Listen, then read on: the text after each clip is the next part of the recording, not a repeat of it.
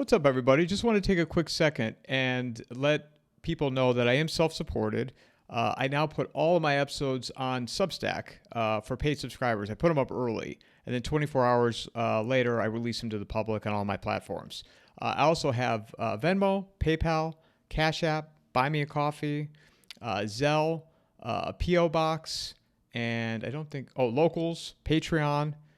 And all of the links are in the show notes of every single episode I put out. So look forward to continuing to provide great conversations, and thank you all for your continued support.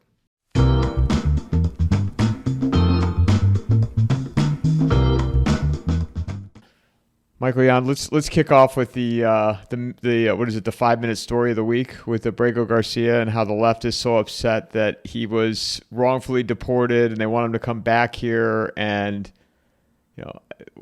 people get distracted so easily with all this stuff. Yeah, I mean, when you mentioned his name, I was like, who are you talking about? And then I realized other people are sending me that as well, but it's just garbage. You know what I mean? It's like it's a waste of time. Bottom line, we need 500,000 a month going out. I don't care about his name. I don't care who he is. He came in illegally. He's a criminal. Get him out. Out. Next 500,000 for this month. That's the way you have to play like this. We're in a state of war. We're being destroyed. It's not over. All those people who thought that they voted for Trump and therefore it's now over are simply wrong. The architecture for the invasions is not dismantled at all. We were just out in it again. Misako Ganaha and I just took Laura Logan down to the Darien. We took her into the Darien Gap. We took her to the camps. The flows are way down, at least 99% down here in Panama. The flows through. However, all the camps are still in place. So basically the spigot's been cut off, which has happened before. Not just with Trump. It happened with COVID, for instance. It happened in some of the camps we've seen empty for months in the past. And then it only comes back with a greater fury than it was before. So this means nothing to me that the flows are down to zero, or not zero, but say 1%, effectively zero. And however, even the people that are coming in, some of them are still allowed to proceed, right? So it's not like it's over in that regard. The infrastructure is still in place. Canada is still being invaded. And we have a northern border, too. So we focus on the southern border, focus on Darien, and take our eye off the ball in Bahamas, student visas, all these other ways that they're getting in. Canada border, birth tourism out on the islands, in various places. And again, Europe is being invaded. Japan is being invaded. And Australia, Kiwi land. So if all of our allies are destroyed, we're done too. I mean, a huge amount of our power and influence comes from having great relations all over the place, or previously great relations, which are being destroyed and have been systematically dismantled for a period of time. For instance, when I was in Thailand quite a lot. I've spent close to 20 years in Asia. And a lot of that was Thailand, India, Nepal, China, Hong Kong, Japan, different places, right? And about 25 countries in Asia. And so I've seen a lot of things over there. And I've watched the United States destroying our relations with Asian partners and allies, such as Thailand. We've had great relations with Thailand for, good Lord, 180 years, something along those lines. So that's directionally accurate. I mean, really good relations. Thailand was actually an Axis power in World War II, and yet we still had good relations with them. I mean, you can't make up this stuff. You know what I mean? I mean, they were actually an Axis power, up there with Japan and Germany, and we had good relations with Thailand. And so there were about 200,000 Japanese troops in Thailand during World War II, right? And so the United States wouldn't bomb Thailand. We were providing targeting information to the British so they could bomb Japanese targets there. But what I'm getting to, then I lived in Thailand because Thailand, as one friend calls it, is the hyphen in Indo-Pacific. It is strategically important. Thailand is very, very important. And although very few people seem to realize that, it's like so few Americans realize how important Panama is, where I'm sitting now, right?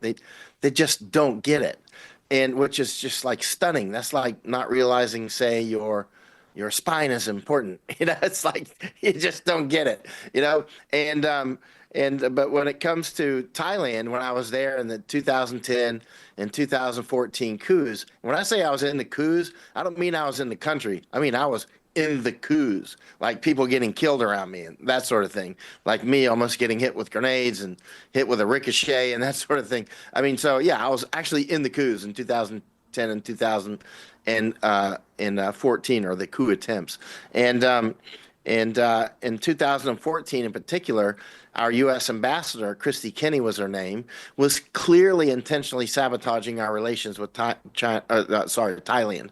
Clearly working, she appeared to be working on behalf of China, is the way it looked to me. It's hard to tell. One thing she was not working on behalf of was the United States and our relationship with Thailand. She was clearly intentionally sabotaging it. And I started openly attacking her. And it was a big fight between me and her in Thailand. And, like every day, people were wondering what I was going to publish next about Christy Kenny. People in the embassy were very divided about it. Some were on the side of, hey, we need to have good relations with Thailand. And others were like, hey, let's throw gas on our relations with Thailand. The woke side, and Christy Kenny was that. And before that, she was the ambassador to the Philippines. I remember one of our military commanders in Philippines warned me about her at the time. And before that, I think she was the ambassador to Ecuador, right? So it makes me wonder that the trail of tears she must have left behind. Then we've had ambassadors in Japan who seem to intentionally sabotage our relations.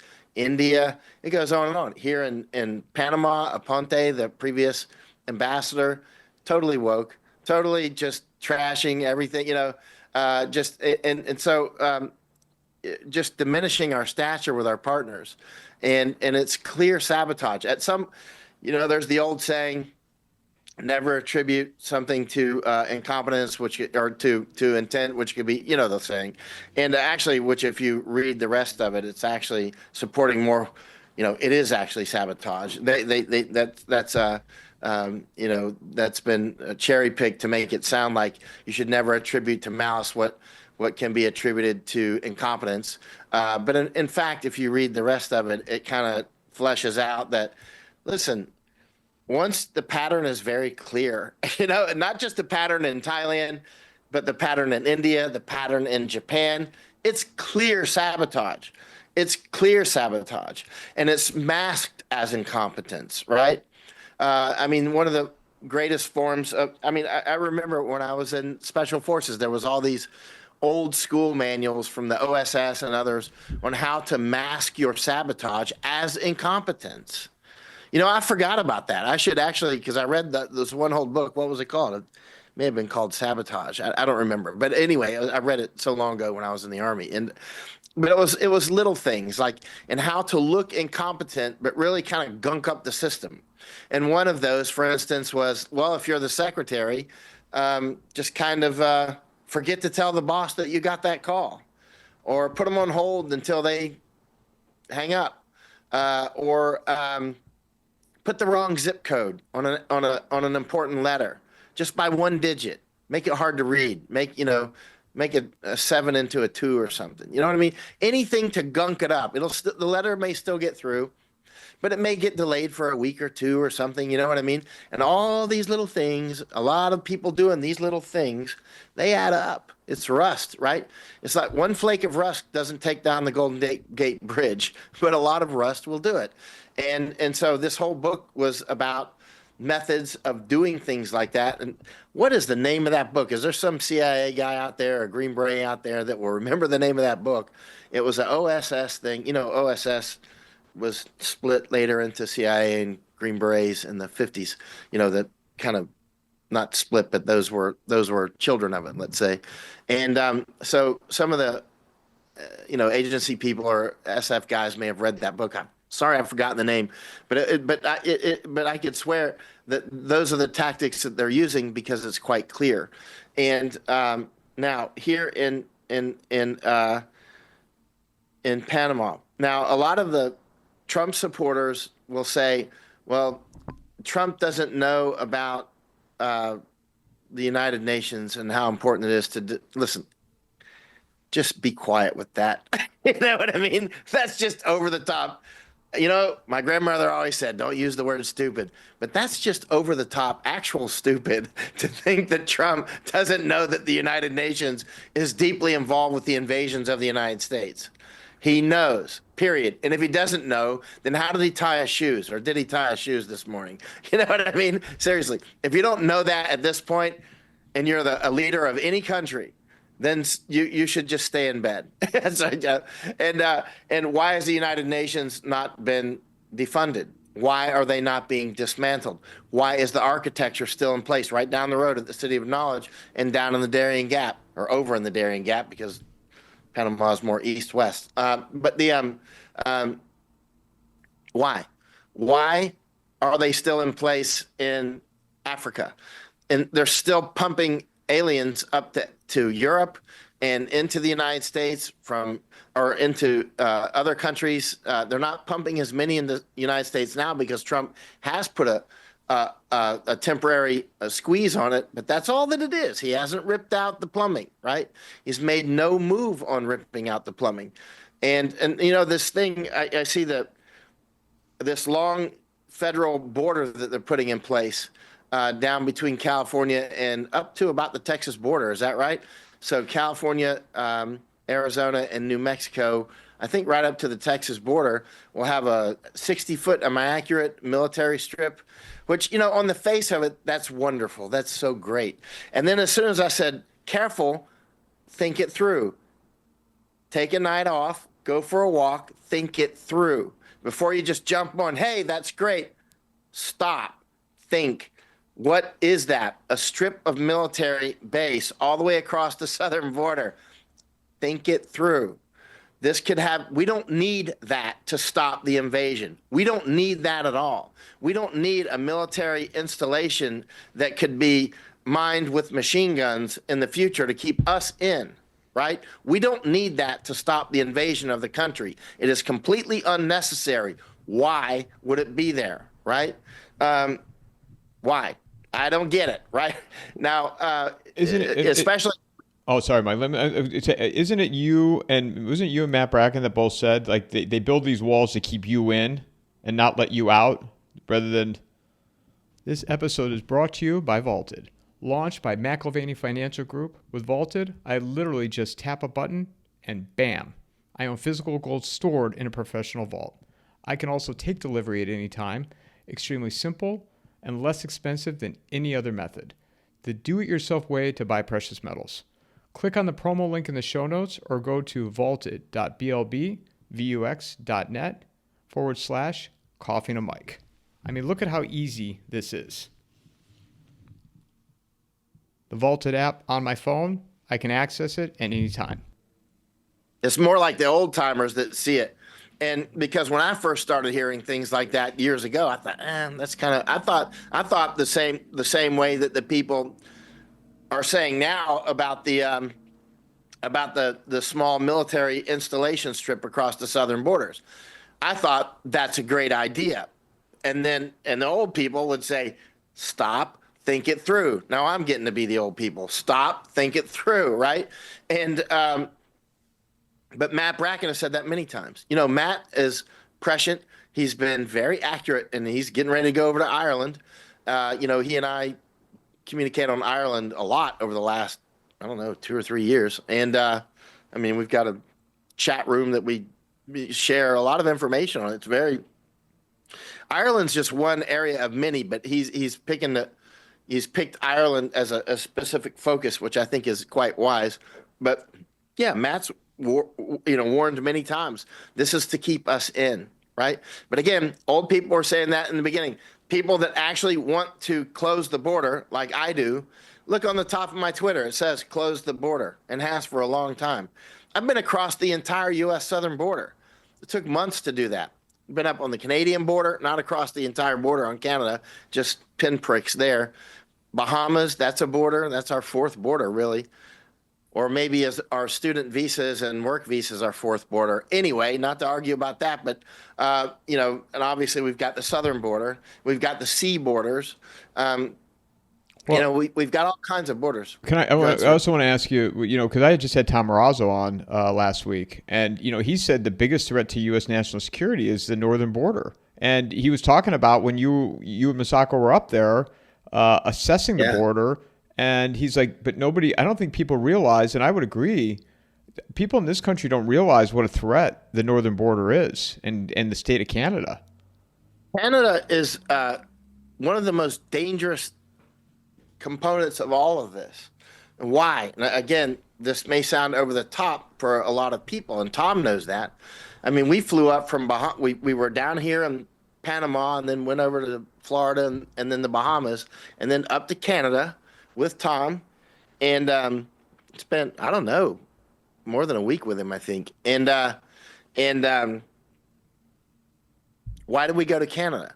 Because Canada is, first of all, they've been training with the People's Liberation Army, with their army, openly. Well, at first it wasn't open.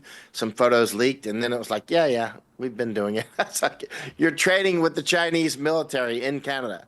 Not to mention there's huge amounts of Chinese there. They're taking over entire areas, right?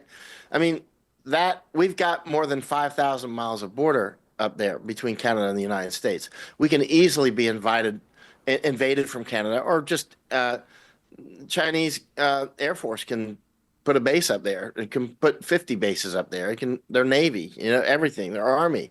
They can put 10 million drones up there and launch all those drones. This is very serious. And Canada is obviously quite weak.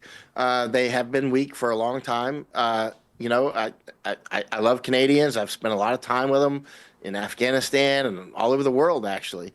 But they're weak. I mean, as a country, they're quite weak. They don't have the eye of the tiger because and I used to tell them this years ago when I was younger. I was like, you guys are obviously quite professional at a lot of things.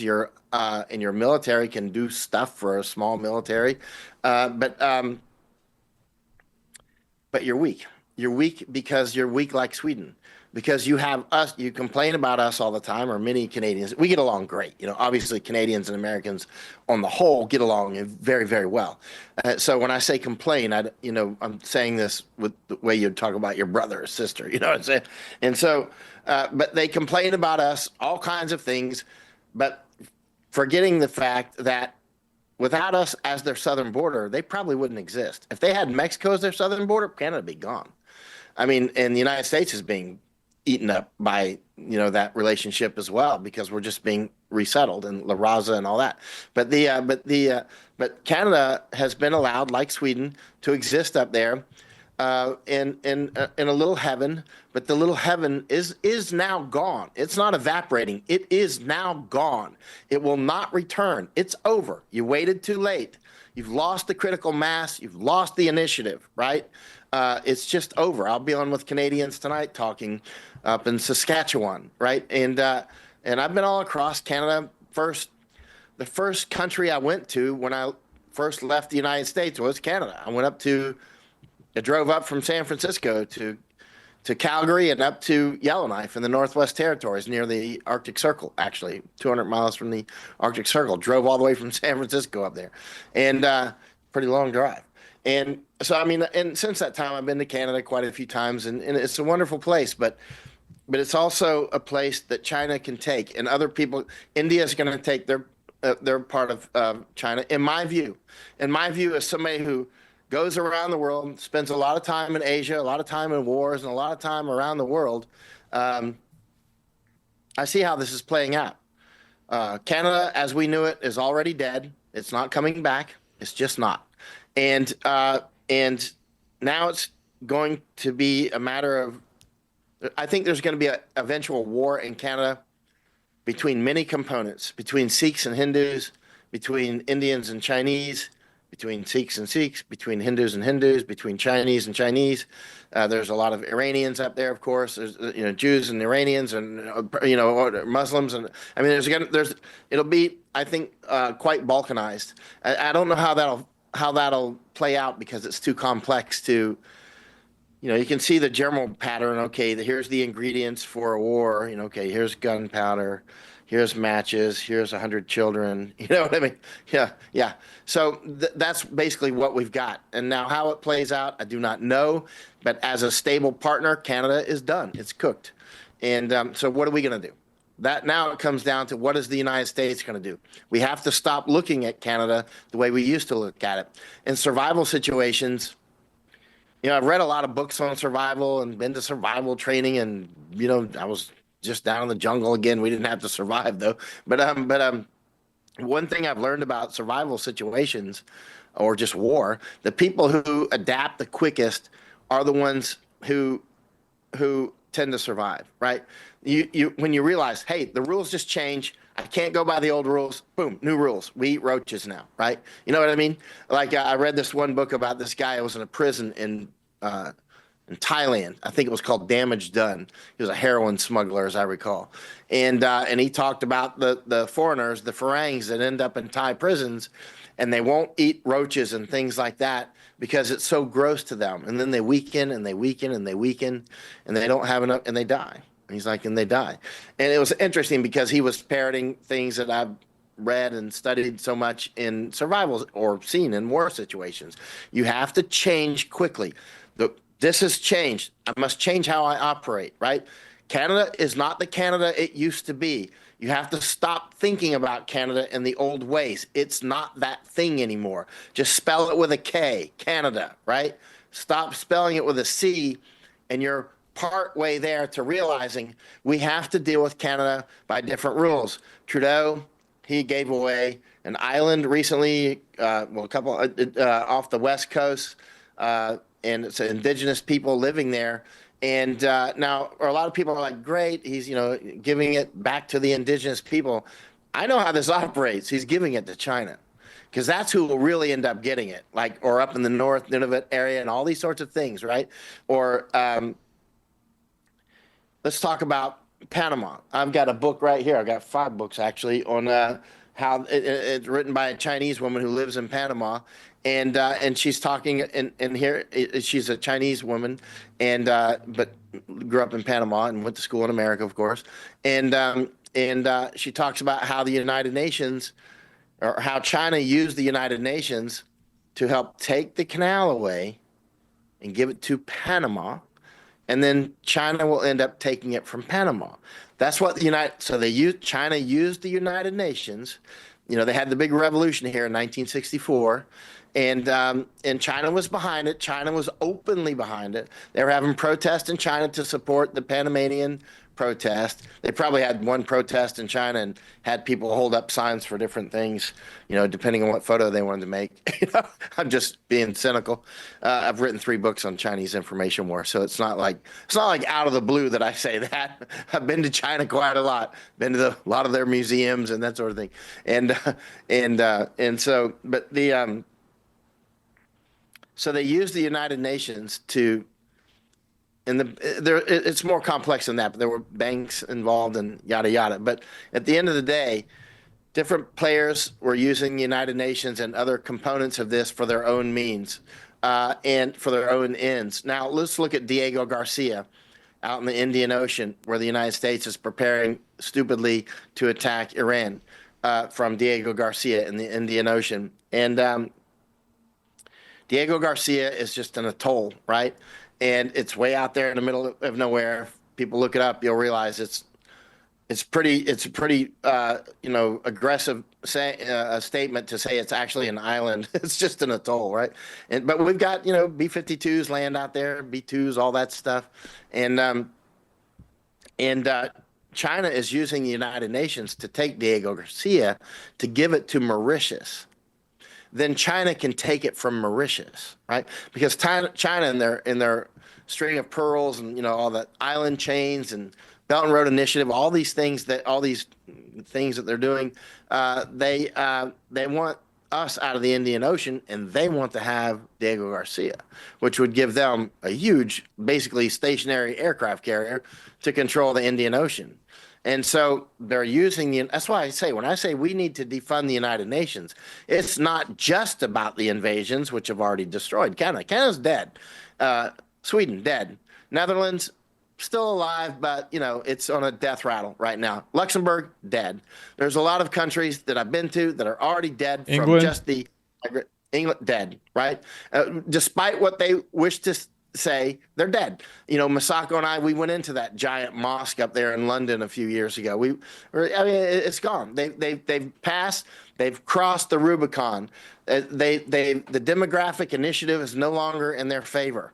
At this point, even if they don't let anybody else in, it's irrelevant if you let them in or not, because they're breeding. They use their wombs as their weapon systems, and they say it, right? Explicitly, right? And so same with Canada. And the United States, if we don't start doing mass deportations immediately, we're just dead. It's over, right? You don't even realize it. You basically injected the poison into you, and it's now going through your body and breeding, right? It's actually a breeder reactor poison. It's not one that just, you got your drop of it and let's see what it does. No, it's actually growing. There, Anthony Rubin and Carlos Arello, muckraker.com, who we've been down to the Darien together and across much of the southern border together. They said they knocked on hundreds of doors across the United States they had addresses of people that had recently invaded the United States, and almost every single door they knocked on had new babies. They're breeding very quickly, and so we're talking about people from all over the world that don't speak English, right? They're never, ever, ever going to fit in. They're not here to work on farms. They're not here to do work that other people won't do. A German guy told me about 2 weeks ago here in Panama. He's like, the East Germans, he was from Berlin, West Germany, or West Berlin, and anyway, now it's just Berlin. But anyway, but he's like, he's parroting the talking points. He's like, the East Germans, they're so conservative, and why don't they want the what do he call them, migrants or whatever he called them, and why do the East Germans not want to let them come to Germany? Of course, East Germany used to be communist. They've been through this crap, right? I was in East Germany when it was still communist, by the way. Ich spreche Deutsch eigentlich. Ich kann fließend Deutsch. I speak German. I speak fluent German, right? German fluently, right? I lived in Germany for about 4 years. I lived in Poland for a couple of years, and I've been all over Europe. And so why don't the East Germans want? Because they've been through this stuff before. They've been through. They see what's coming. But he's like, oh, we should allow all these people that Gastarbeiters or whatever you want to call them, allow them to come to Germany. And he said, because they're doing jobs that Germans won't do. I'm like, that's the talking point. But that's false. If you let the market set its own prices, then you'll find a price where the Germans will do the jobs too, right? Just let the market float. But no, that's not what they're doing. Germany is a magnet for millions of people that have come not just to Germany but to Europe, and now they've filled up the bathtub and they're breeding very quickly. And now you're not in a position any longer to get them out of your living room, because they filled up your living room and your neighbor's living room and the whole neighborhood's living rooms. So you're not in the position you used to be in. In the beginning, you were in a position where we could just shut the gate and push the ones out that we don't want here. And that's the way you need to think about it. Not think about it like, no, everybody has a right to live in my living room. No, they don't. Well, if you give them the right, they do. But the problem is, now that they've taken your home and all the homes in the neighborhood, the other people that said this is wrong, they lose anyway. They lose because they lost the critical mass. They lost the initiative, right? So the information war, which is quite intense, the highest form of warfare is information war, and psychological operations is a subset of that.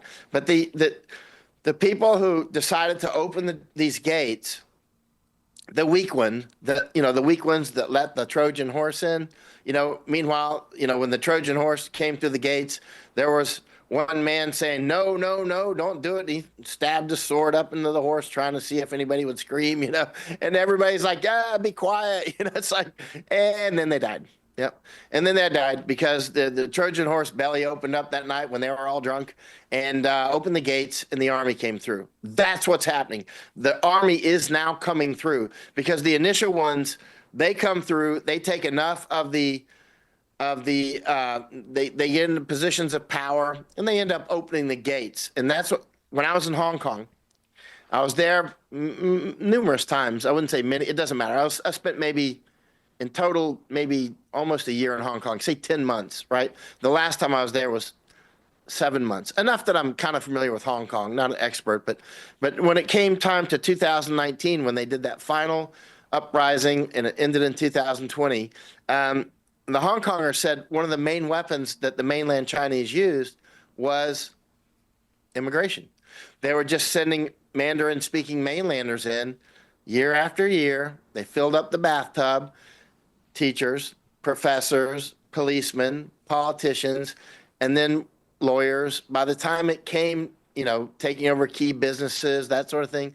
So by the time it came, 2014 umbrella revolution, then split apart, then came, that was the Hong Kongers fighting back, the 2014. And I didn't go in 2014 because I was in the Thai coup in 2014. So I couldn't do both. So I picked Thailand. Both are strategically important. And then in 2019, China was making another go at Hong Kong, like a strong, another poke at extradition treaty and some other things. And then boom, the Hong Kongers burst onto the streets, and then I showed up. I was actually preparing to go to India for other related things over there, and Hong Kong flared up. I went to Hong Kong, and the Hong Kongers are telling me day in and day out, it was immigration that really killed us. Not just that, but that was the main weapon, right? And now they're gone. Hong Kong is gone, and it's now part of the Chinese Communist Party. I see the same happening with Taiwan. I know that'll upset people greatly for me to say that, and since I'm the messenger, it'll be stick to me and not the thing that's happening, right? But the fact is, the thing that's happening is Taiwan has thousands of companies that are manufacturing or doing business in mainland China. They're consanguinated. They share the same blood flow, right? And they're very close. You look at Kinmen Island, for instance. Masako and I went to Taiwan and Thailand. I think we went to Taiwan last year. We went to Thailand last year. We went to Taiwan, spent, I don't know, a month there or something. And we went to one place called Kinmen Island. You can swim from mainland China to Kinmen Island. In fact, they outlawed, you can't have two soccer balls or two basketballs. Why? Because with two basketballs, you can, use a net or something or ropes and make a floaty and swim back and forth between China and Taiwan, Kinmen Island. No, not the big island. Most people, when they think of Taiwan, they think it's just one big island, right? That's shaped like a sweet potato. But in fact, there's a lot of islands in Taiwan, and one of them is within swimming distance of mainland China, and they swim back and forth. Or they can drive or go by ferry. Didn't the people when you were in Kinmen Island, weren't you getting the sense that they wanted to go back to China? Some do.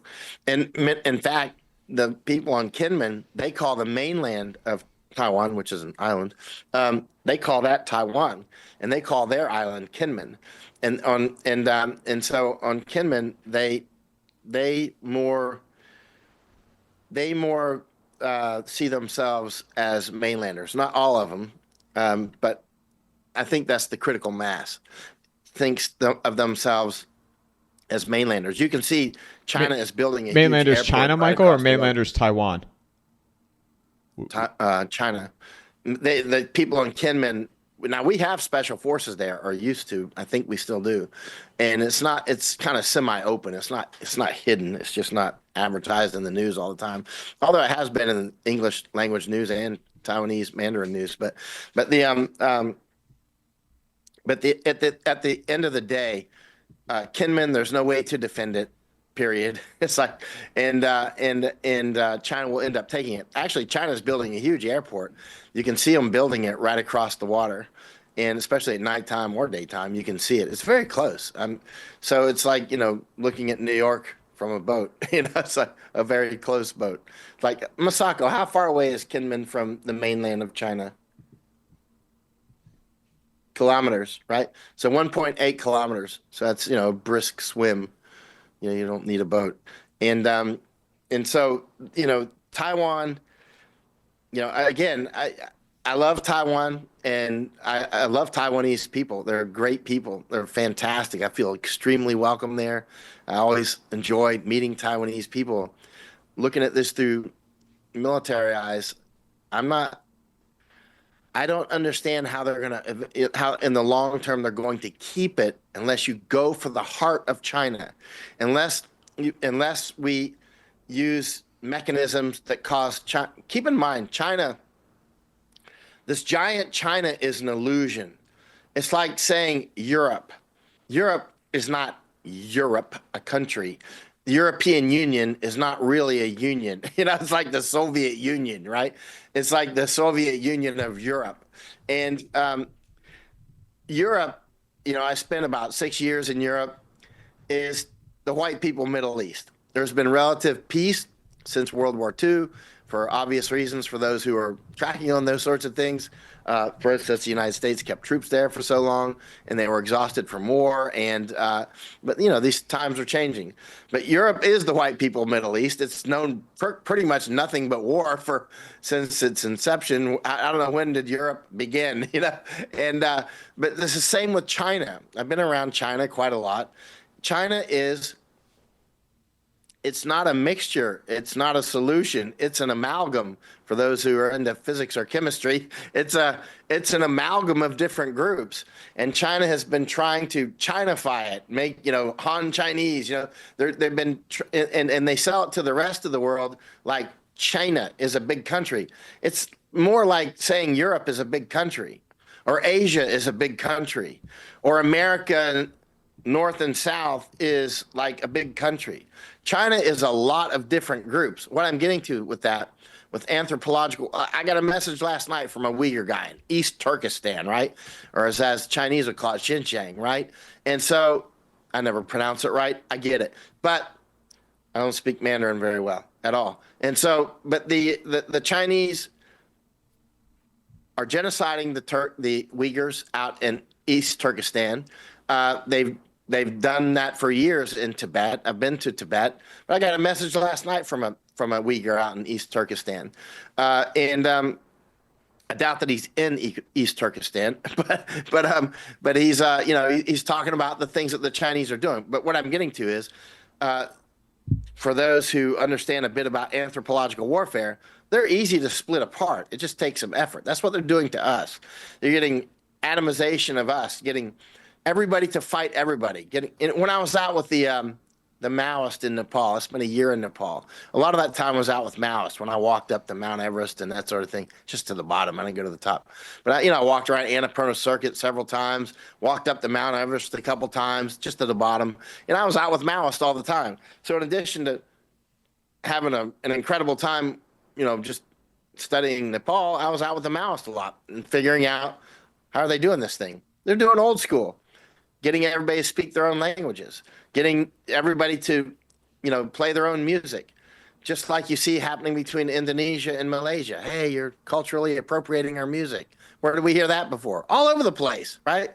And so that's what the Chinese, in their information war against us, they use that anthropological warfare, as do Russians and others, Zionists, use the anthropological warfare to try to split us apart. The United States has used it quite a lot too. For instance, using the Hmong people in Vietnam to fight against the rest of the Vietnamese. But now we did the opposite in Thailand. We used not anthropological warfare so much, but anthropological binding. In other words, Thaification. It was called Thaification. And that's where you're trying to get, like, just in the Isan part of Thailand, there's about 17 major languages, right? And so that's just one part of Thailand, Isan, the Northeast, right? And so if you want Thailand to bind together, because we wanted Thailand to be strong, we wanted Thailand to be a strong partner that can defend itself, right? Because we have interest there. We have interest in having a strong partner in Thailand. So the King Rama IX, excellent king, was a very helpful man in binding Thailand together, because the love of King Rama IX, and he was like, everybody needs to speak Thai, perfect Thai. Your handwriting needs to be excellent. You need to be proud of your ability to speak pristine Thai language. You need to write it very well. And young people would brag about how well they can speak Thai, and and how well they can write it, and how well they can say the long name of Bangkok, which is actually Krung Thep, or Thai's watching this. You know what I'm saying? It's like a name that's this long. It's like and I love Thailand, but the Thaification program was it to make Thailand strong. All you have to do is reverse all those things. Hey, you speak your language, you speak your language. Hey, those guys are different than you. Look, his face is different. When Masako came to Thailand, I told her when she landed at the airport, look at all the different faces of Thai people. There are many, many cultures here. They don't even look anything like each other. If you, from a distance, you might think all the Thais look the same. Oh no, it's like America. It's like they look very, very, they're a big mixture of peoples from a big mixture of backgrounds, right? Whether they speak Lao or Khmer or whatever, Korean, so many languages. I can't even think of them all, and, but they all speak Thai, and they have the heart of Thai people. Like, we love being Thai. When Thais go on vacation, I've seen this over and over. When they get ready to leave Thailand, ask your Thai friends. Maybe some Thais are watching. Send it to Thai friends. Ask them. When you go on vacation to Europe or wherever, do you pack Thai food with you? Yeah, the answer is going to be yes, of course. Because if 10 Thai people are traveling with each other, they literally, I've been in some of these little things where they do this. They'll have a dinner together, and then they'll sit around the table, and everybody will figure out what part of okay, you bring the Mackie sauce, you bring the noodles, you bring this. Because when they run out of Thai food on their vacation, it doesn't matter if they're going to France, man. They want Thai food. They're Thai. They love being Thai. They go on picnics and they just be Thai. You know what I mean? And so that's how it was. So it's made Thailand very strong and a very wonderful place to be. And now I see the opposite going on. They got cannabis stores all over the place that they didn't have 3 years ago, right? Thousands of them, thousands. Suddenly there's cannabis stores all over the place. Suddenly people aren't taking pride in being Thai as a lot. There's a deep felt pride in being Thai, but I see that there's direct attacks on the pride of Thailand, just like there's been in Germany and the United States and Canada and Japan. I was giving a speech in Japan, and I don't know, maybe in 2014 or something. And I said, it was in Tokyo, and you could probably find it online. And I said, I've traveled around the world, and I ask certain questions like, which countries do you like? Which countries do you not like? And out of all the countries in the world, I would say the two countries that I found that people like and respect the most, believe it or not, are United States and Japan, actually, believe it or not. And despite the ongoing information campaigns that make Americans think that we're hated around the world, I feel welcome here in Panama, and people are openly talking about us in the United States going to invade, but I still feel welcome. I mean, they know that we like each other. You know what I mean? They know Americans don't want to come hurt Panamanians, and we just come and spend money, and you know what I mean? Just Americans like to move here. They feel so welcome, right? But with Japan, I was giving this speech in Tokyo, and I said, I've only found 3 countries that don't like Japan. And fast forwarding to the answer, those 3 countries are China, which most Chinese seem to like Japanese, actually, and Korea. But again, most Koreans seem to like Japanese. But the country that hates Japan is Japan. And why? Because Japanese have been taught to not be proud of their incredible accomplishments. They've been taught that they're bad people. Information war to make you Americans, to make Americans think, hey, it's cool to just watch Joe Rogan and be a dopehead. What were you doing when I messaged you this morning? You were going for a run, Michael. I mean, you're like, I'm in the middle of my run. I can't even believe you're like leaving me a voicemail and you're in your run, And it's like, are you smoking dope and drinking whiskey on your show? No, you got an American flag behind you, and you're not smoking dope. You just had to rush back home and take a shower because we don't have time to do it tonight because I got to do that Canadian call. I mean, you're out going for a run. You know what I mean? Meanwhile, these people that are trying to destroy the United States, like the dopehead Joe Rogan, who actually recently said that he was going to quit drinking. I think he said that this weekend. He said he gave it up or something. So I immediately voice messaged to Alex Jones. I said, that's great. Because a bunch of people sent that to me about what's his name, Doper Joe. And I'm like, if Joe Rogan will come out, because, I've turned down so many people have said, I can introduce you to Joe Rogan. It's clear how this works. People do it through basically a friend will ask because they don't want, Joe doesn't want to ask, obviously, directly, because if he asks and I say no, it looks pretty bad. But if Alex Jones asked, which he did live one time, and I was like, I'm not going on Doper Joe's show. I'm not going to bring any one extra viewer to a show that gets on there and smokes dope in front of and gets drunk with what's his name, Rocket Boy, in front of tens of millions of people, right? And, does anybody really believe that Rocket Boy, the drug addict, he's openly a drug addict. He talks about it. Does anybody truly believe that he's getting ready to put all these people on Mars? That he's the one doing it? I mean, seriously, how obvious does it have to get? Have you ever seen somebody that stays doped up all the time that can do high-level mathematics? You know what I'm saying? Yeah, and I mean, despite what the dope heads think, we've been taught in information war to say, hey, but I see things you don't see because, I'm doing the LSD. Yeah, you see things I don't see, all right. You certainly do. You know what I mean? And, it's just, that's part of the psychological operations. The grease and the fuel of psychological operations is intoxicants, often alcohol, right?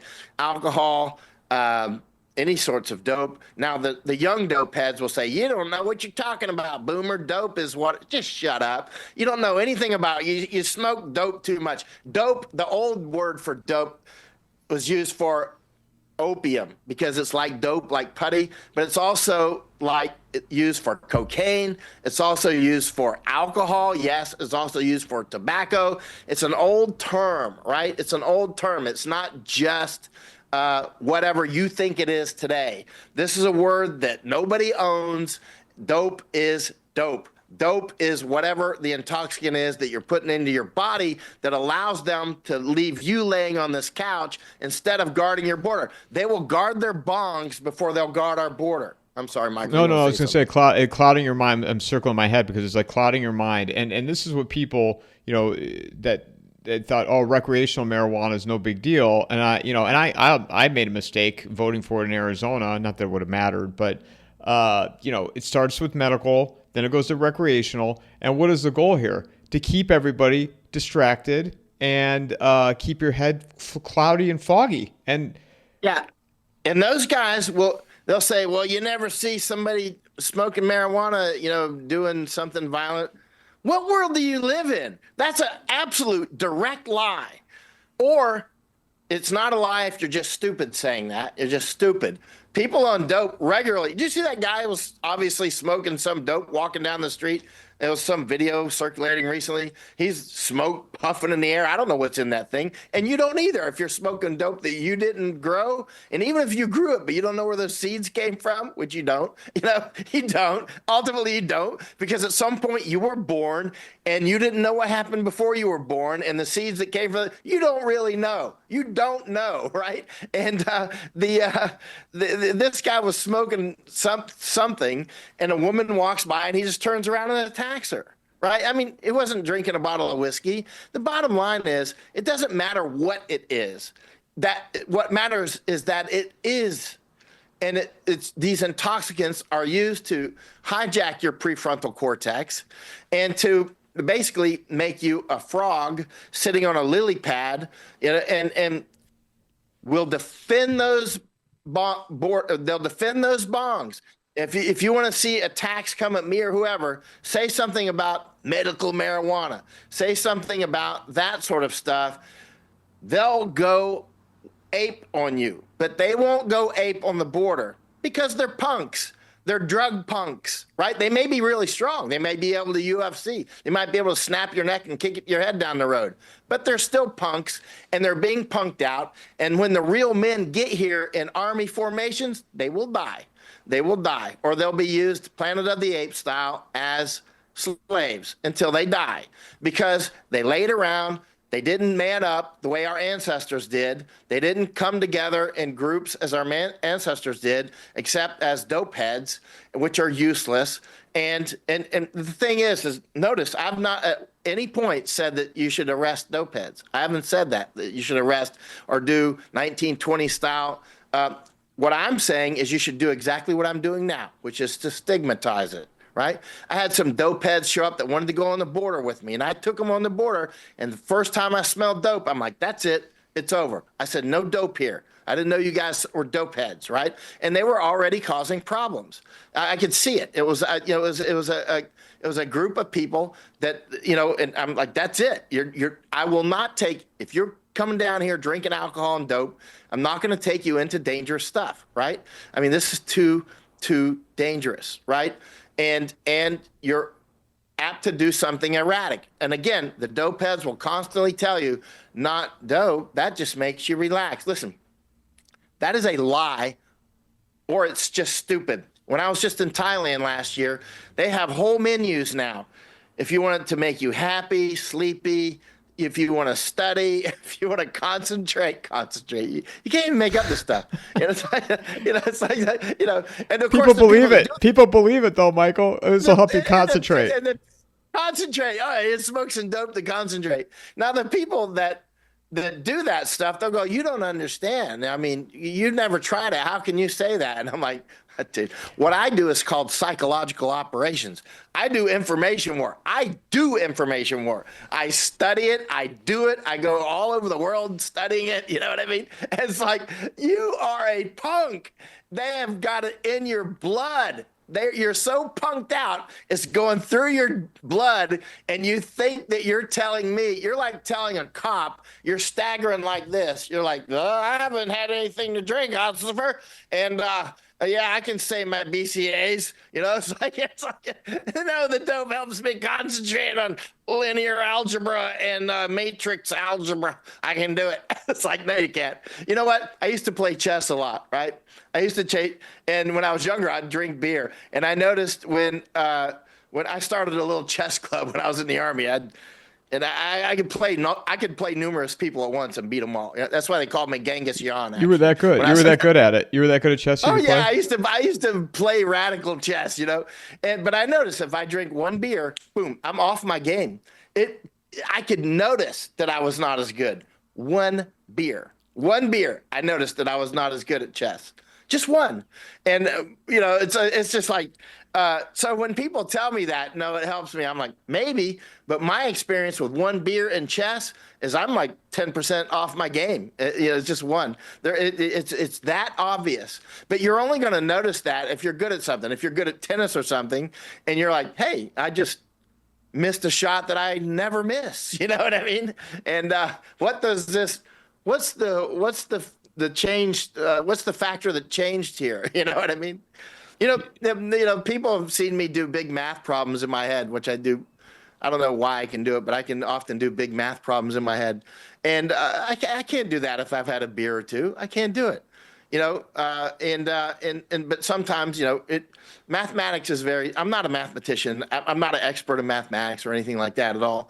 And I've only taken a few years of calculus, that sort of thing. I'm not like Mr. Physics and Math, right? I love physics, but what I'm getting to is mathematics is a language, and it's very important for everybody to have some basic understanding up to calculus level of mathematics. You need to study calculus, right? That one of the ways that so many people are ripped off in the world is people just don't, they're innumerate. I read a book called Innumeracy, right? Because there's illiteracy. We all know what illiteracy is, but most people are basically innumerate. They don't have any even feel for the numbers, right?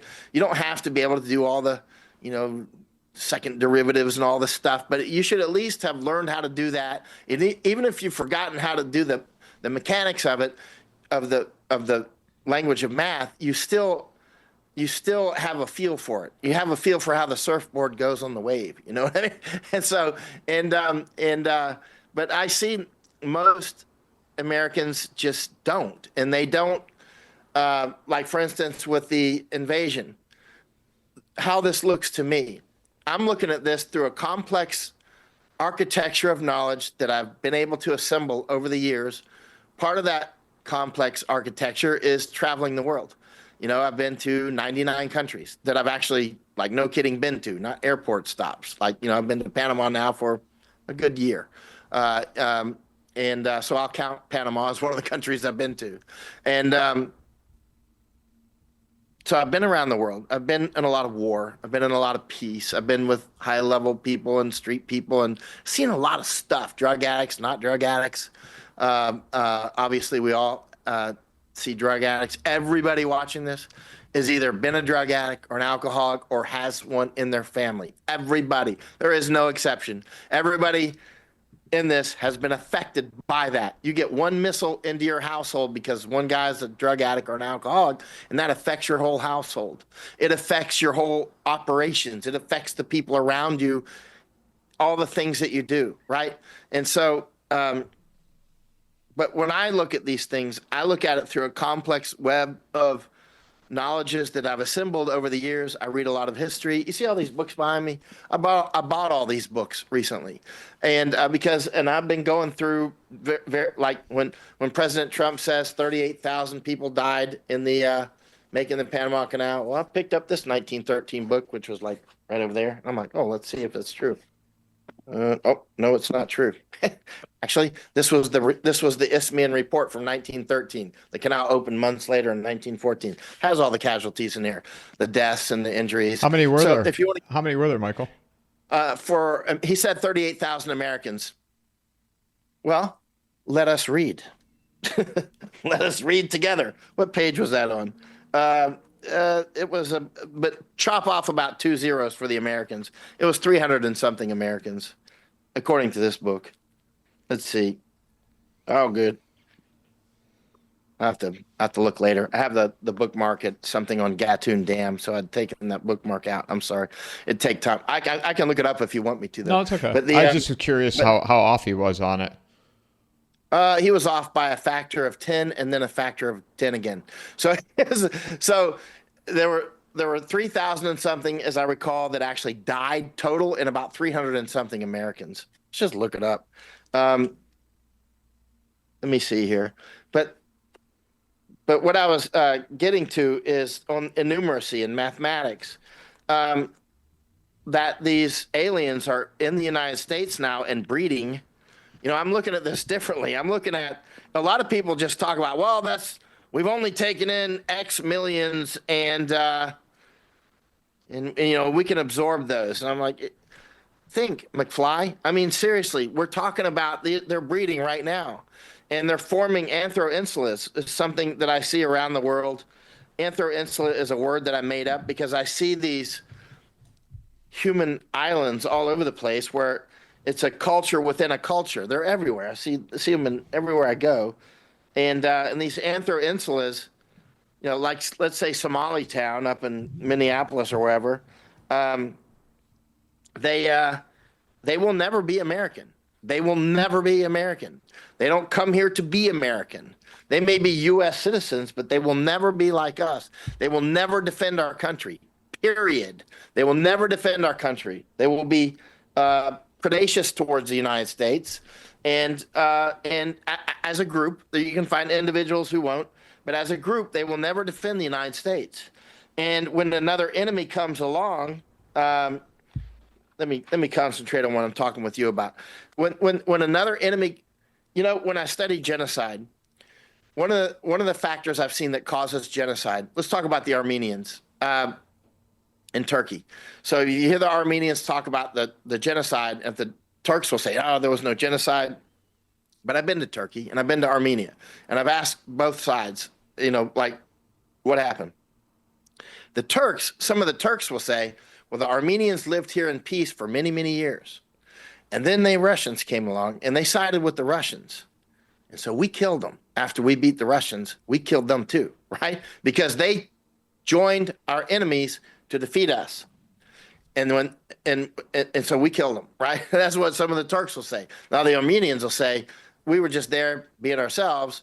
And then, so there's different sides to this. Now you go to Lithuania or you go to Poland, and I lived in Poland for 2 years. I was in Lithuania, I don't know, 4 or 5 years ago, because I was with those guys in Afghanistan, and they were getting Belarus was pushing migrants into Lithuania. So I spent 5 weeks there in the recent years. And I've asked them, why were so many Jews killed in Lithuania and Poland? And again, I lived in Poland for 2 years.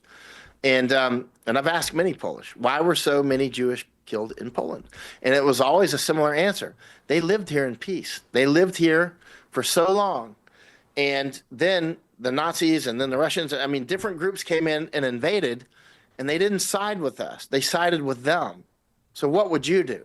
You know? So that's what they're saying. You've got these. So I see these patterns all over the place.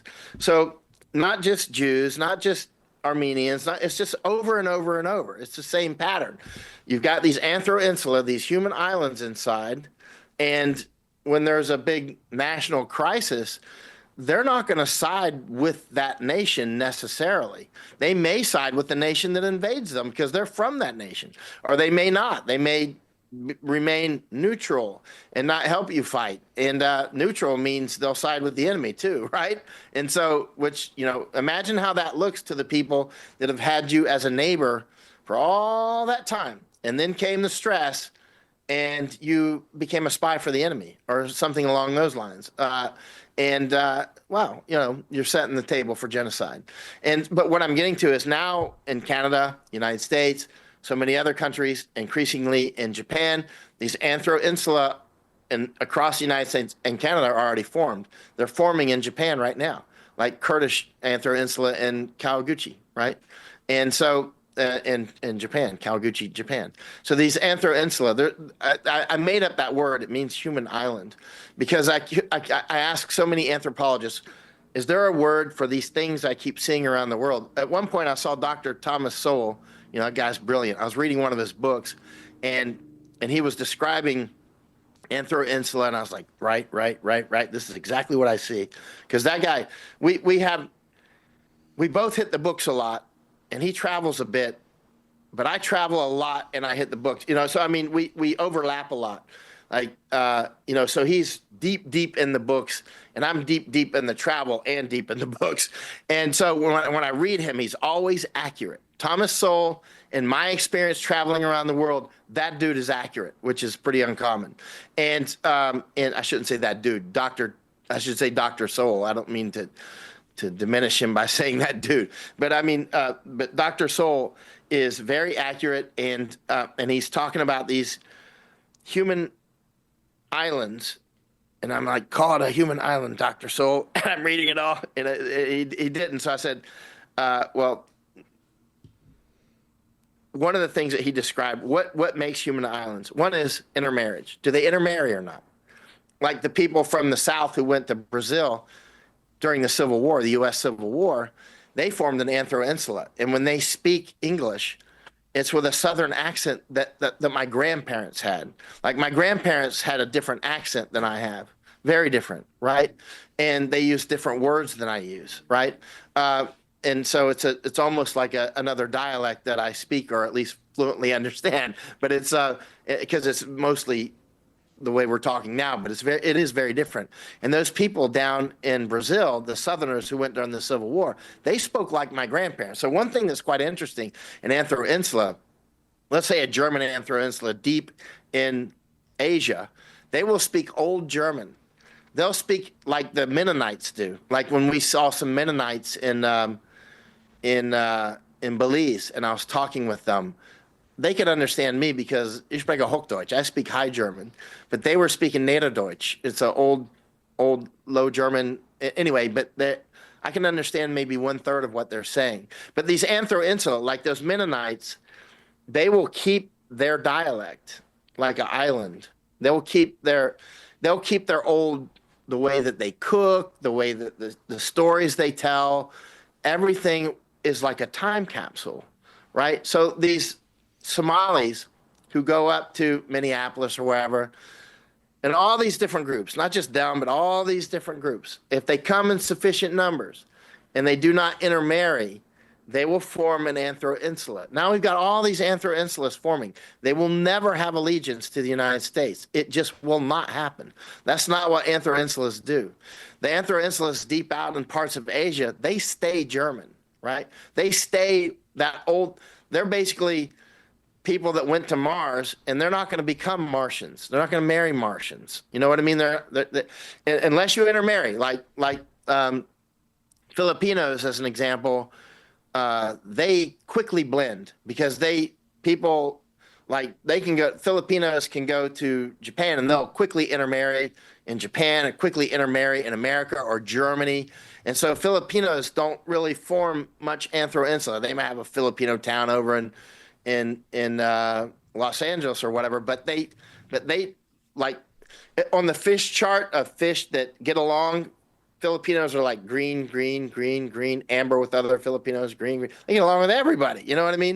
And then you got like Chechens, red, red, red, red, amber with other Chechens, red, red. They don't get along with anybody, right? Filipinos are like the universal donor. Chechens are like the universal blood donor, right?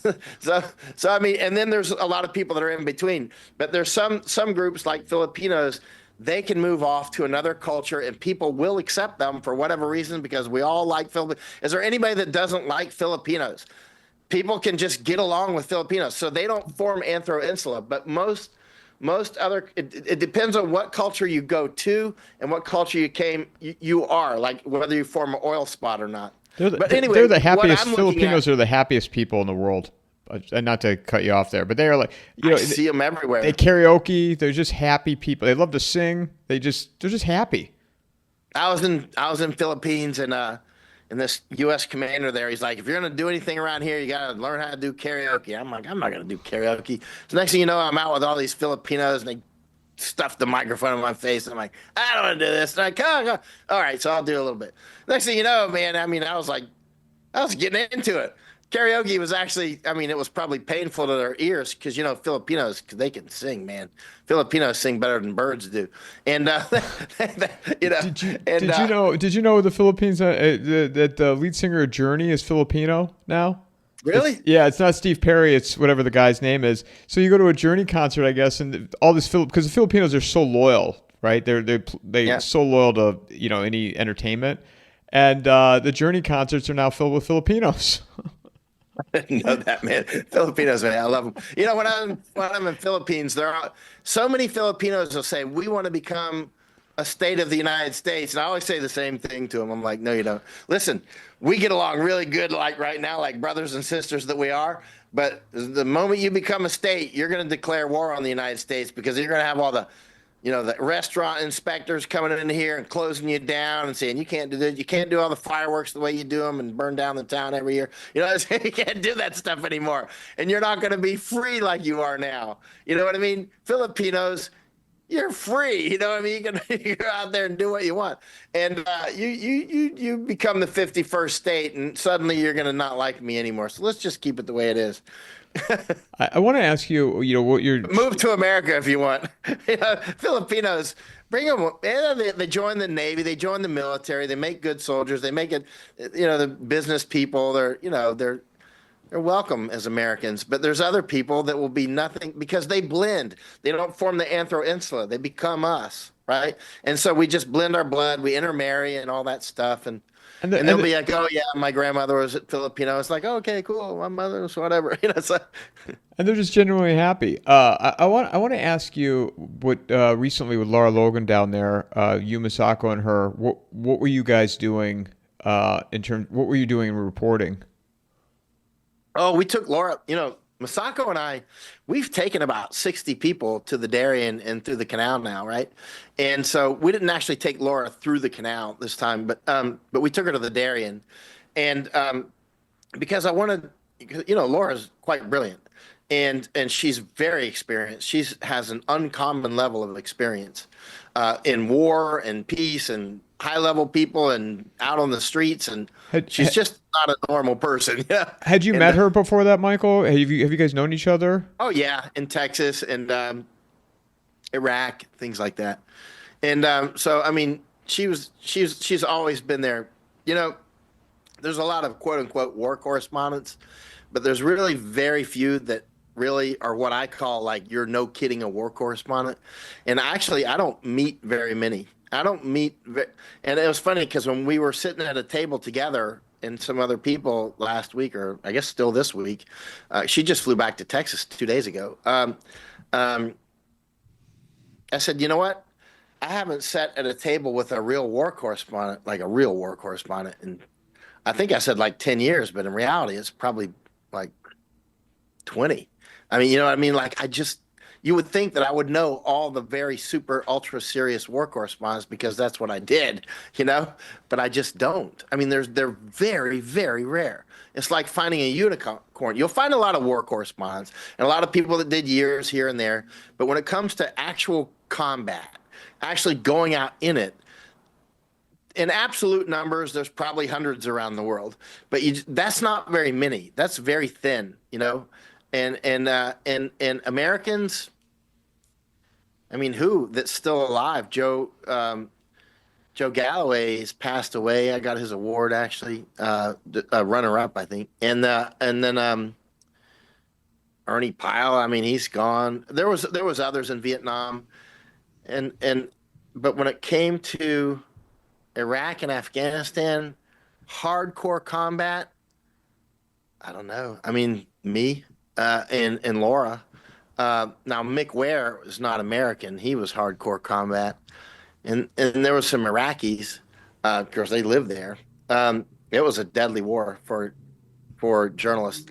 Iraqi journalists were getting. I mean, it was said to be the most deadly war for journalists in history. I don't know. I don't know how you quantify those things, but but the but yeah, they're very, very rare. Again, there's a lot of people, they go off and they stay long enough to get a bunch of video, and because you know, if you wanted to go to Iraq and you wanted to make a documentary, you spend a week with a serious combat unit, you could get a lot of combat on in just a week. You could get in a month, you could get more than you could ever use in one documentary, and so it would look like it would leave the impression. One of the things I noticed, by the way, is the people who spend a lot of time in war, they don't say how many times they were in Iraq or Afghanistan or whatever. They'll say how long. Like if you ask Laura Logan, how much time did you spend in Iraq? She won't say I was there 80 times. She doesn't know how many times she was there. Because I asked her, she said I was there for 5 years, right? And I was there for 2 years, right? So the people that spend, and I was in Afghanistan for 2 years, so I was 4 years, two Iraq, two Afghanistan. And she did the same thing I would do. She would go back and forth, Iraq, Afghanistan. And then I went to Philippines where they were doing on Mindanao, fighting down there. And went to the coup in Thailand, back to Afghanistan. You know what I mean? Stuff like that. And so, like, if you ask me how many times was I in Iraq, I don't know. How many times was I in Afghanistan? I don't know. I was there a lot. I was there for 2 years in each. So the people that really do their time, that's a serious tell. Actually, they'll tell you how long they were there, and that's not a 100% rule, but it's a very firm rule. Actually, not 100%, but close. So she came down there to see the Darien Gap, and then you guys took her around, and then was she doing interviews then as well? She did a bunch. She sitting right where I'm at now. She interviewed me. I was the last interview she did. She was sitting here, and I was sitting on that couch and that right there. And just before me, she interviewed the former Centerfront commander, Oriol Ortega is his name. And for a couple of hours, it was a very good interview. Maybe an hour and a half. You got to see that interview with Ortega. It was a very good interview. And then I don't think they're going to air it for a few more weeks because it's a lot to cut. And then she was interviewing quite a lot of people. She interviewed Indians. She interviewed down in the Darien Gap. She interviewed some Haitians. A lot. Yeah, she did a ton. What about what was her? I mean, what was her takeaway then from the whole trip? Did you get a sense? She'd never been to Panama before, and that's why I wanted to get her down here because she's got that extraordinary mind, an extraordinary experience, and she hadn't seen this. And I'm like, hey, this is it, man.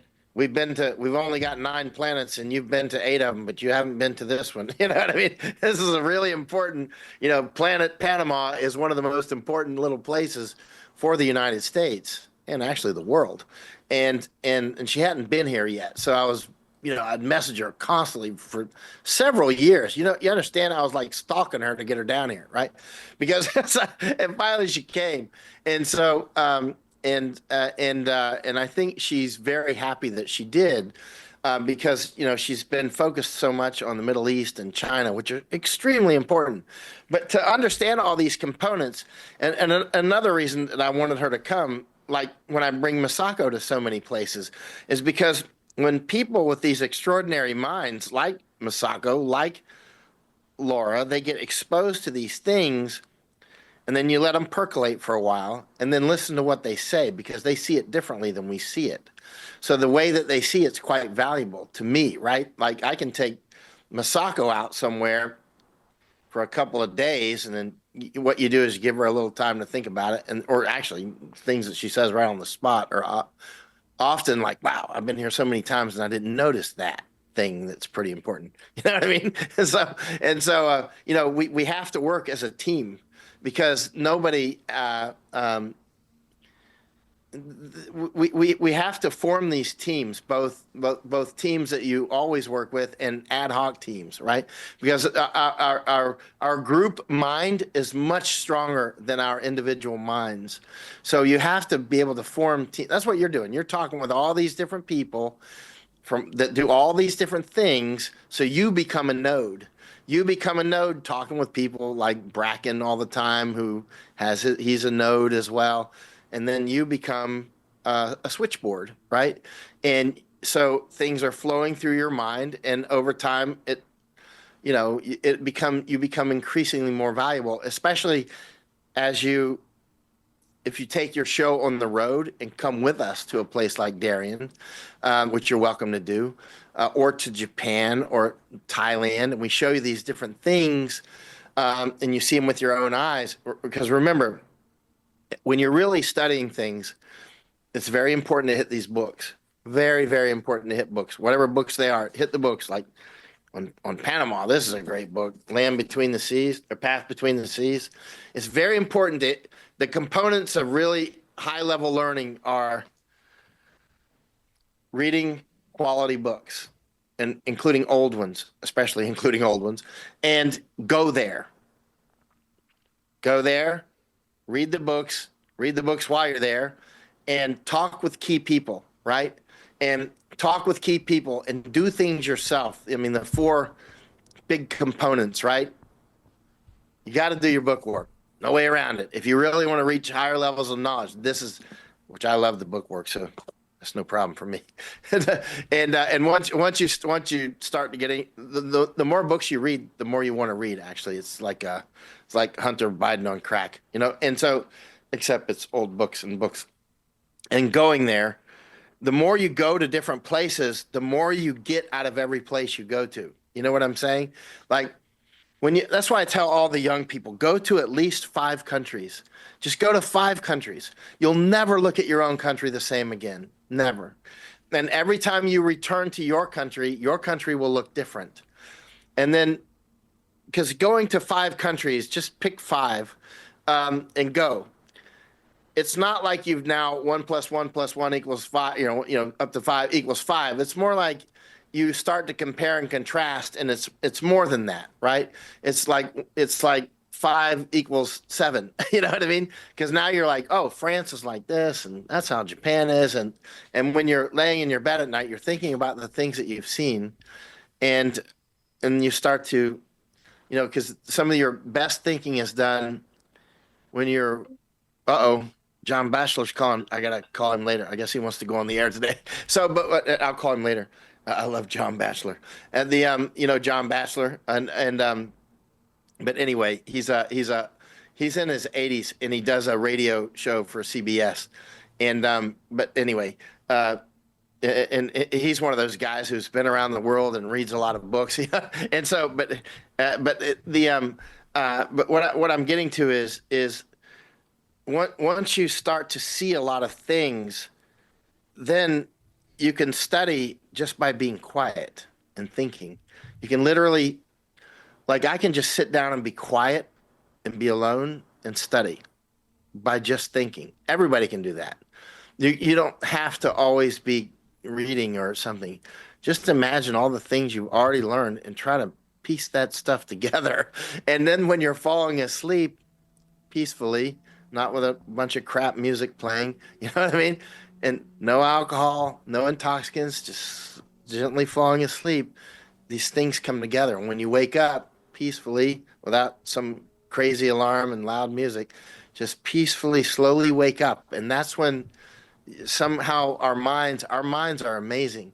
But you have to get a good sleep, and but so you can do a lot of study by going, doing, reading, and talking with key people, and just go be quiet, go sit out in the forest, be alone, and think about all the things that you've learned, and things start to come together in better pictures. What you doing okay on time? Yeah, I'll call. Let me message to John, um, Why you because I don't know. He probably wants me to go on the air with him. Let me message to him. I'll tell him I'll call him later. why are you doing Hey, that? hey, John, I saw your call come in. I'll call you later, brother. Shouldn't call him brother. He's like 80 years old. I should say sir. Um, But I think of him like an old brother.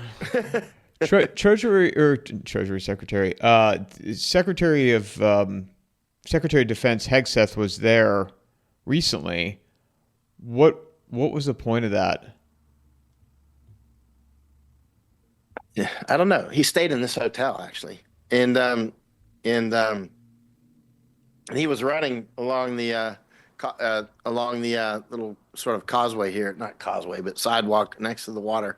I'm in Panama City, and so this hotel was filled with Army guys and Navy guys and DoD guys. It was really interesting. Now it's clear that the United States is coming back. That's obvious. And I could go on for a lot of time about that, but I'll spare you. But it's clear that China is making a strong go for the canal, not just the canal. China is going for the whole region, and I mean the hemisphere, north and south, both. Right? China's not playing. China's going for the globe, right? And so they want Panama specifically because I mean this is Panama, man. The reason I wanted Laura and brought about 60 people down, I brought congressmen here, brought so many key players down here is because everybody needs to have Panama on their mind, right? And this is important. It's that important. And well, they're finally here. All those 60 people I brought down here with the intent of putting it on people's minds, it worked. Now, most people seem to know the name Darien Gap. 4 years ago, who knew the name Darien Gap? Now, a lot of the average people know the name. They don't know what it really is, but they know more about it.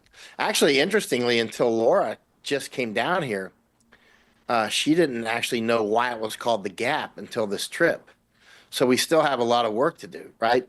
Because it's so important, because so many people are focused on the Middle East and Europe and our back door. This is the number one, two, and three customers through the Panama Canal are United States, number one. Number two is China.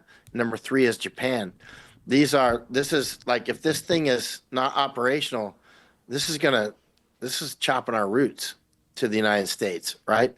And Hegseth, why was he here? He's here because of how important it is.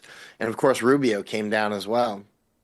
And Rubio came immediately down to Panama, and Hegseth not immediately. He was off in other places first, paying homage to the bosses in Israel, and then he eventually came here. Actually, I think the day that he came here, he was with because I was talking with somebody else's team. I think it was the same day. He was with Netanyahu and Trump up in Washington, and then he flew here to this hotel actually, and so he literally that day, I think it was that day, not the day before. He was actually with Netanyahu. So I mean, this is all part of something larger.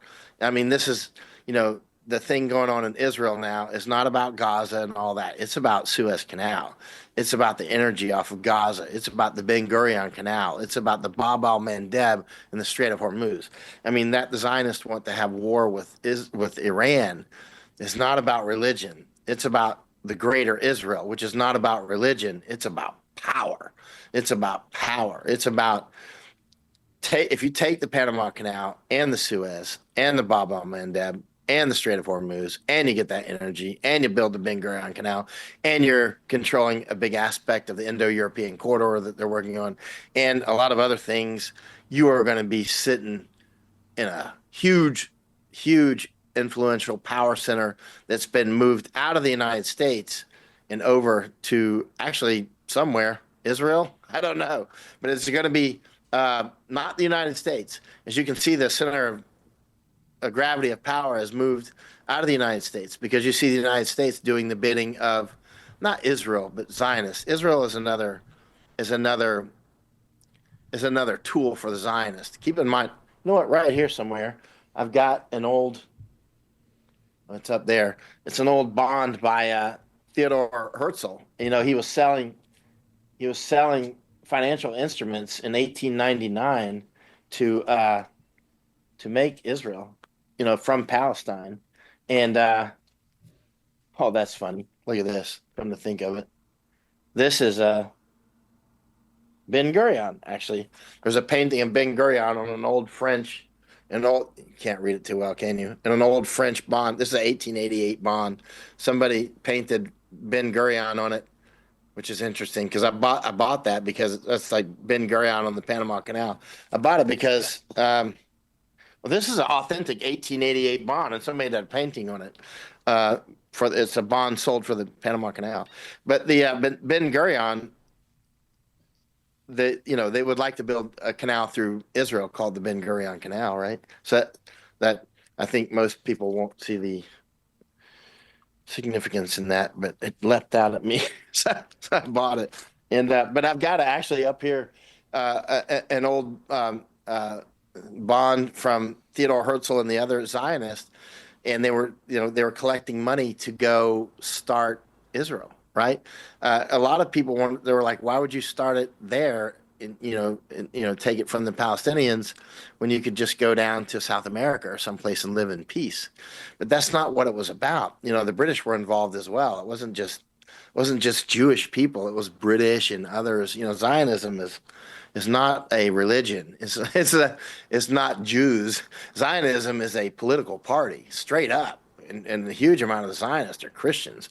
I'm going to guess that there's more Christian Zionists than there are Jews. I don't know if that's true or not, but it's some large number. And there's even Hindu Zionists, believe it or not. There's a lot of, I know people say that's crazy. It's because they don't study much. And there's actually a Muslim Zionist as well, and like a lot of the Kurds are, right? But anyway, not to go into that, but the bottom line is Zionism is not a religion, although the Zionists try to conflate that with Judaism so they could say, oh, you're anti-Semite, you know. And like the Netanyahu guy, it's not his real name, actually, from Poland. And that guy is whiter than I am, and he's like, oh, you're anti-Semite, bro. It's anti-Semite. Anti-Semites, those are the ones who are bombing Gaza, right? Because Gaza is filled with Semites, right? So, I mean, you're like, bombing Semites, but they try to conflate in the information wars to, if you call out Zionism for the Zionist party for doing something, they want you to be confused and say, oh, you're anti-Jew or whatever. Now you can say all the anti-Christian stuff you want, but not anti-Jew, not anti-Hindu, not anti-Islamic, but anti-Jew, you throw that, you're going to get thrown out of the country. And they try to conflate these things together, as you know. So what will the United States play be here then? If they want to take the Panama Canal, where do you see, as we sit here today, where do you see it going, and what are the next steps? To throw China out? I don't see. There's the Trump that is in real life, and then there's the Trump that people still follow him and believe that there is. But, I've studied China a lot. I've been to China. I've been all over Asia. I've been all over this world. And I've seen people like Trump come and go. He's a leaf on the tree. He'll be gone in 3.5 years, right? And I don't see him doing mass deportations. That was a lie. Now people will say, well, we don't have the resources. That's what people are saying now. And I'm like, okay, so let me get this straight. We don't have the resources to deport the people that are making babies as we speak. A baby's popping out that's never going to speak English. But we have the resources to go to war with Iran. Okay, how do you reconcile this math equation? How do you make this equals that? I don't see how you're going to do it. We don't have the resources to do mass deportations, but we have the resources to go ahead and blister Iran, bomb Houthis, and all these other things, but we can't do mass. That's a lie. Let's just call it what it is. It's a lie, right?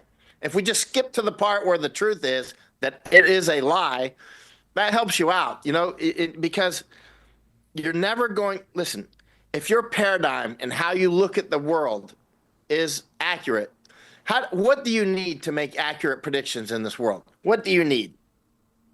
What do you need? Because the scientific method is all about trying to find 24-karat truth and predictive models, right? And that's why I find the Bible so useful, actually, because there's a lot of predictive. I mean, that's like a survival manual. There's a lot in there that's incredibly important and useful. It's how humans operate, right?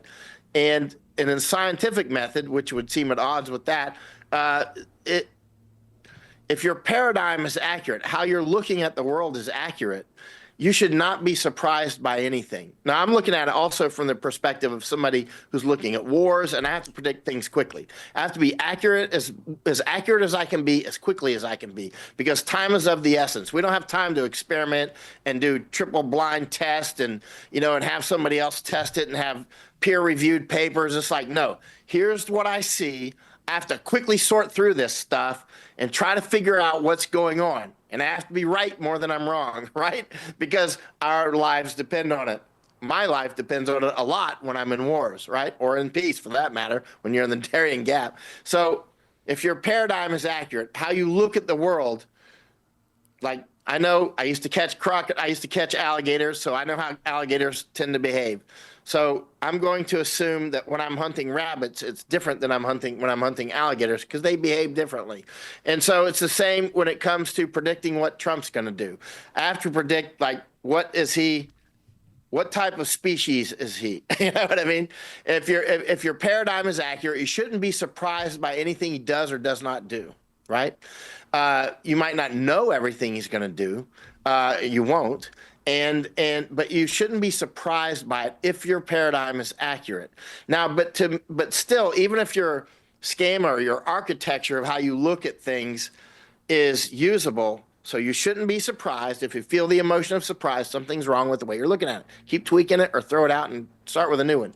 And it should be highly predictive. But for it to be predictive, you need first principle, 24-karat truth as much as you can get. But you're never going to get all pure truth. You're just never going to get it, especially when it's rock'em sock'em and we got to move fast. Like, am I going to take the jab or not take the jab? I decided not to take the jab because I just didn't, with all this, big galaxy of knowledge mixing in my head and sitting down and being quiet. I'm like, don't do it. Right? Don't do it. Right.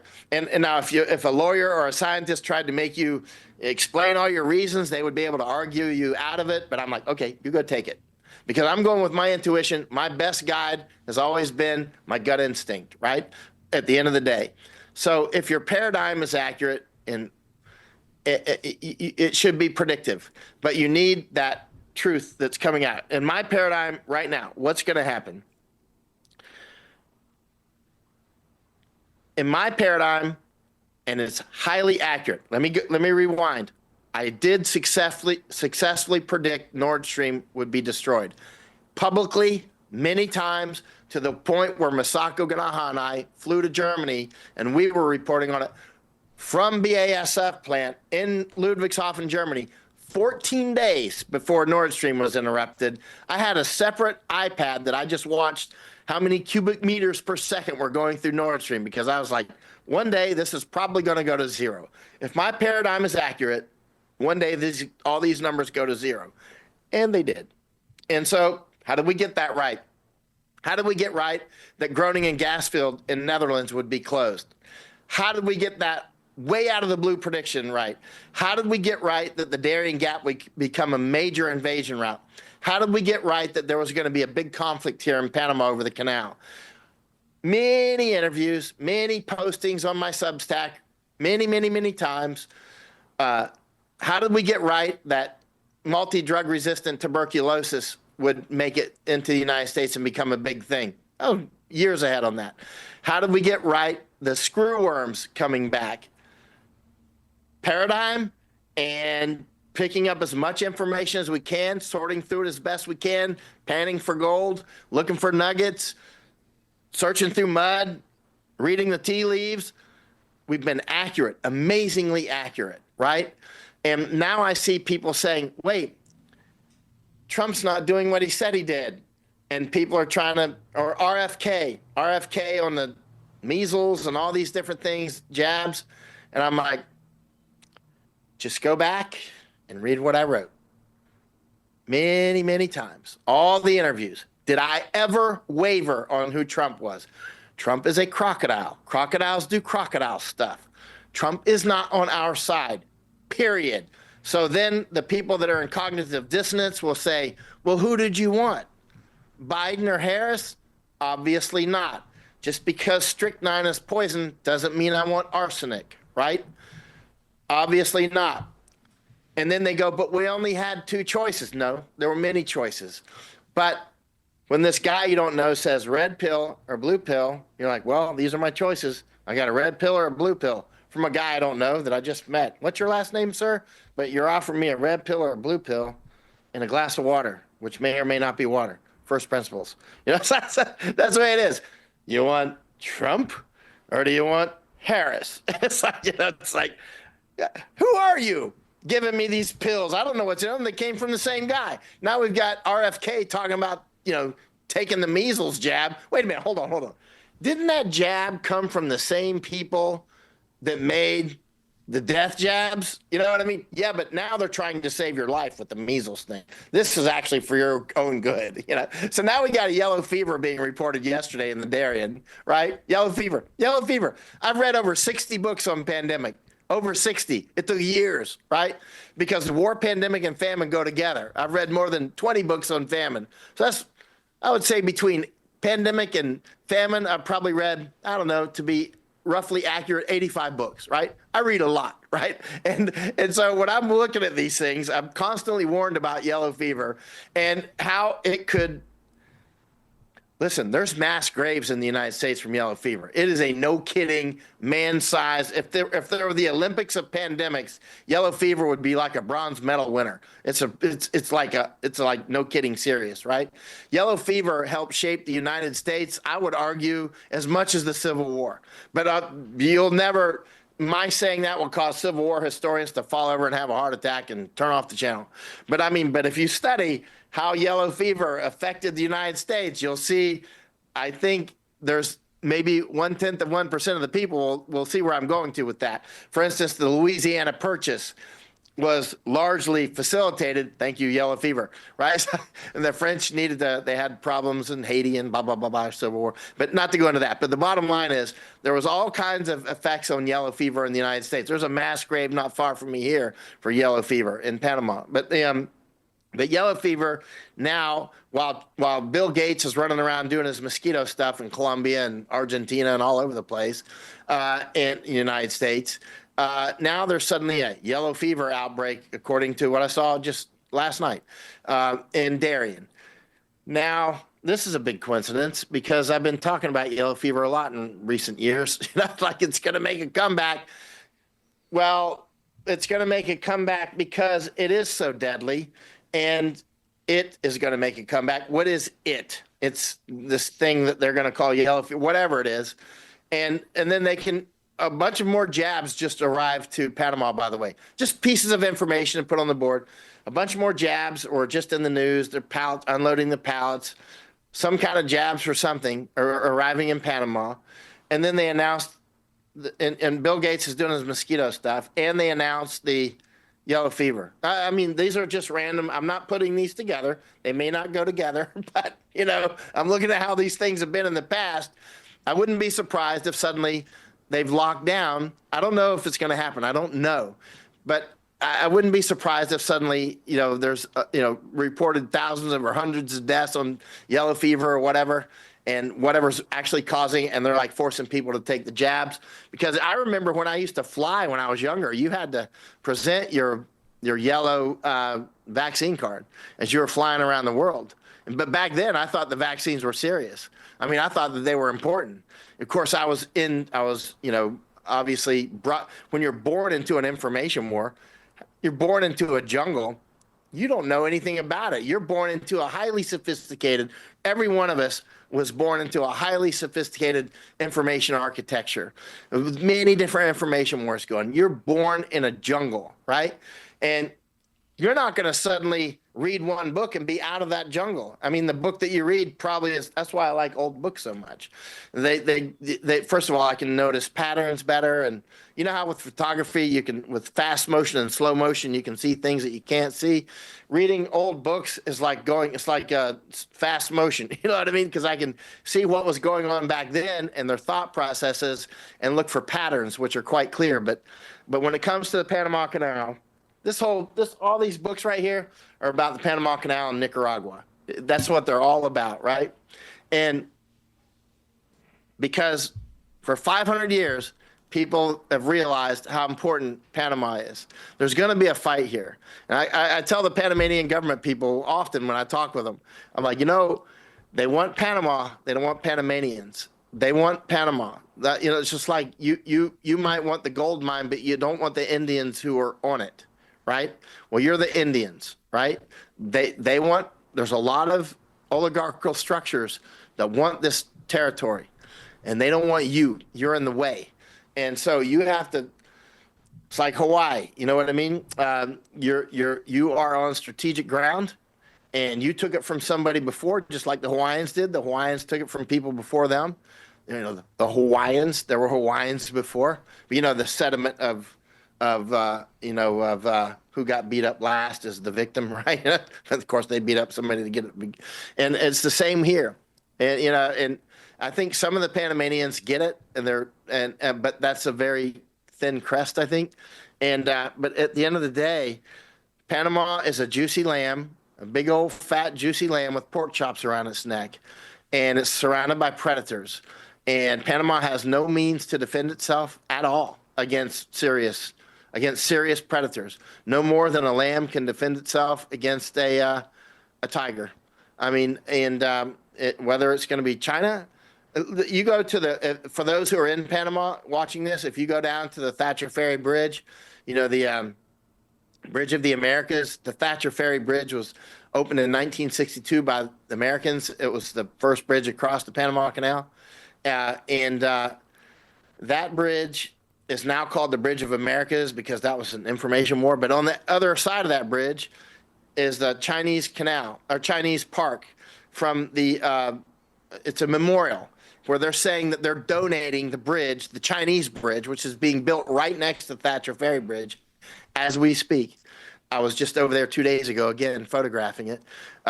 There's a Chinese information war park memorial, if you want to call it that. And they are claiming that land. They got the dragons with the 5 claws. When they have a dragon with 5 claws, it means they're claiming it. It means they're claiming it for China. So if we look at dragon claws all over the world, Masako and I, anytime you see a dragon with 5 claws, you go to Vancouver up in Canada, which we did, every dragon in Chinatown and Vancouver, 5 claws, every single one. They're claiming that for China. They're not claiming that for that's actually China gang symbology, if you want to put it that way.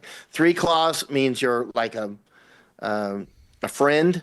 4 claws, you're a relative. 5 claws are very, very close. 4 claws or 5 claws, they're coming to get you, right? 5 claws here. Interesting, huh? So where do you see this going then? And how much longer are you going to be in Panama for? Do you know? And then where do you see this heading? Are you talking a fight? Is it a economic fight? Do you see it kinetic, or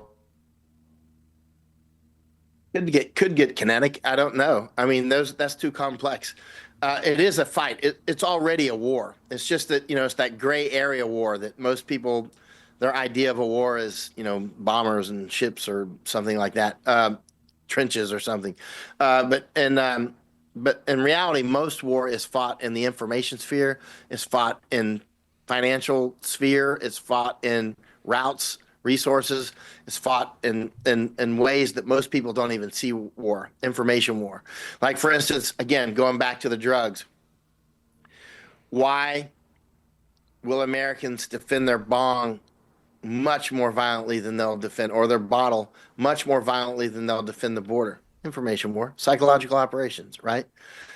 Psychological operations being a subset of information war. That they will defend their intoxicating agent far more than they will defend their front yard. Far more. They might say that's not true, but they're full of crap.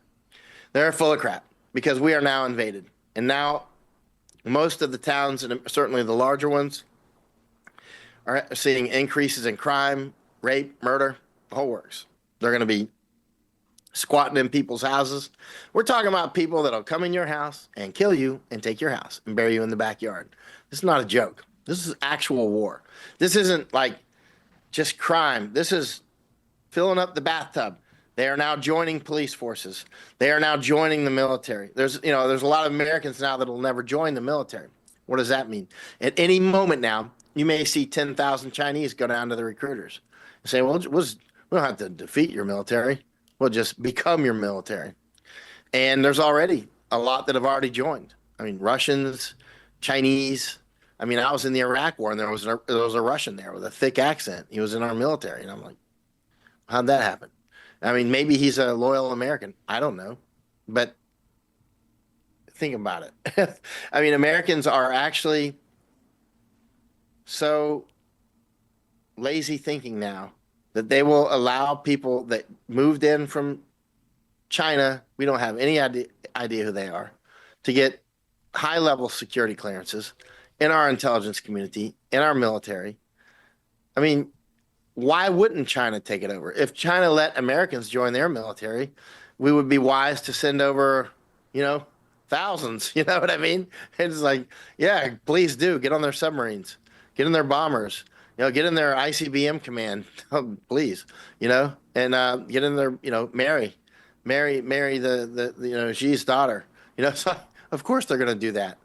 And this is the way most people play around the world. But it's funny. The idea when 9/11 happened, I remember numerous newscasters were saying things like, how they do the Mockingbird thing, the days of innocence are over, or and I'm like, innocence, when were we ever actually innocent? But United States, we've been like running off to Vietnam and all these different things, but they are quite naive in many ways. I read one book on island biogeography. It was it was a very, very fascinating book, and it talked about all these, there's many types of islands around the world, not just islands surrounded by water, but let's say a massive tree that's towers above all the rest, and the top of that tree is kind of an island for the insects and birds that might live up there. Or a park in Central Park, right, is somewhat of an island actually, because it's surrounded by things that the things that live in that park can't get through. They're stuck in that park, right, and unless they're a bird. And but things that live on an island without predators, over time if they develop there, or if they just washed up and they've been there for many generations, like the pigs that were on Bermuda in the 1600s, they had been left there by the Spanish in the 1500s. By the time a shipwreck happened with my family on it in 1609, the pigs were just naive. They would just run around and come up to you and like bump up against you. You know what I mean? They didn't realize, hey, your ancestors were left on this island so that people could come back and get pigs, right? And so the pig population had become naive. The birds would just walk around you. They didn't try to flee you. So they would just clonk the birds in the head and eat them, right?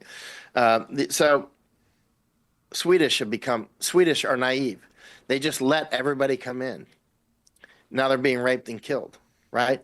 The Luxembourgers, naive. Now Luxembourg is about 50%, about half is now migrants, right? Invaders. We went there and looked. We stayed for, I don't know, 10 days or more, right? Little Luxembourg. And so Americans, too many are naive to the level of things that they're going to face. And at this point, there is no opt out. You will not opt out. There was that chance in the past that we could support the right things, do the right things, and resist and keep the border closed. It's too late. There's no opt out. You're going to either fight, flee, or face it. And what? How are you going to face it without fighting? You'll be killed or enslaved ultimately because you're going to be outbred. You're going to be outbred. You're going to be outbred. I've lived in many of these countries where they came from, and you don't want to be there. And that's why they came here to the United States and other countries. Is Go ahead, there sir. is there any place in the world that you would recommend people moving to? Whether it be, I mean, you've been in Argentina, you've spent time in Japan. I've heard New Zealand. You know, we have a mutual friend in Uruguay. Um, what are your thoughts on that? For short term, there's still places in America that are good for short term. Ultimately, if we don't stop this thing, your children will be overwhelmed. I mean, it's just what's going to happen, because the math, they're just having babies as we speak, very quickly, and they're going to be the police. You're not going to call the police. Who are you going to call? Somali police, because Somali robbed you, you're going to call the Somali police to help you out. Okay, how's that going to work out? They're from the same tribes, right? If you call somebody from the Igbo tribe in Nigeria to report somebody from the Igbo tribe from Nigeria, and the cop's an Igbo guy, and the guy that committed the crime's an Igbo or a Hausu or whatever, it doesn't, what's going to happen, right? They're going to stick with tribes. They're not part of the government. They're part of their tribe, right? So where are you going to go? Where are we going to go? Bottom line. The answer is different for everybody. I mean, if you're a billionaire and you've got all kinds of different resources, I would have a completely different answer than if you're a person that has to make one shot and make it work. I wouldn't pick Panama for various reasons. I mean, at this rate, China will end up taking it. Now, I'm just watching what Trump's doing and what he's saying. I'm not seeing us taking it back yet. At this rate, in my view, in my paradigm, China will end up taking it. At this rate. That doesn't mean that they will. Now, we could change how this is going. We could change it by doing anthropological warfare on China and causing China to split apart in economic warfare and hurrying and simmering China so that China more falls apart. And we could do that, and we should. I mean, because otherwise they are ascendant and they are highly predatory towards us. They don't like white people. They don't like brown people. They don't like Japanese. They don't like Thai people. They like other Han Chinese, right? That's what the Chinese Communist Party wants. I mean, specifically, I'm talking about the Chinese Communist Party. They want the world to be Han Chinese, Mandarin speaking Han Chinese. There's different groups of globalists. They're not all the same. There's the Zionist globalist. There's the Chinese Communist Party globalist. There's Islamic globalist. There's Christian globalist. There's Hindu globalist. There's all these different. There's many different sets of globalists, right? I don't know them all. They're difficult to actually get your hands wrapped around, your arms wrapped around. And some of those cooperate with each other, and some don't. Like the Chinese Communist Party, clearly is frenemies with Zionists. On some parts, they overlap. They both want to keep the invasions open, but the Zionists want to. They're fighting. The Zionists and Chinese are fighting, clearly, but they do both. Like, for instance, Larry Fink from BlackRock, who is trying to buy these ports here in Panama down the road from me. He's Israeli, right? And he has a U.S. passport as well. But he's Israeli. And he's openly said just about a month ago in an interview on video that he wants to keep the invasions going he was also very pro DEI and pro jab and all those sorts of things. So Trump's friend, who's Israeli, he wants the Israeli CEO to buy, who has a U.S. passport, to buy the two key ports and the two most key ports in the Panama Canal on either end of the canal, connected by a train. And So what does that mean to us? What does that mean to us as Americans? Because Trump is openly Zionist, and the Zionists and China both want to destroy the United States, right? They're open about it. They don't hide it, right? So, and then when you say that, they'll go, no, that's a lie. And it's like, well, here's your book where you say it. I mean, don't argue with me. I'm just reading this. It's like, unrestricted warfare or whatever. It's like, argue with yourself. And so it's clear that they're working to both, like HIAS, Hebrew Immigrant Aid Society, is one of the chief agents of the invasions into the United States. They're down in the Darien right now. Their office is still open.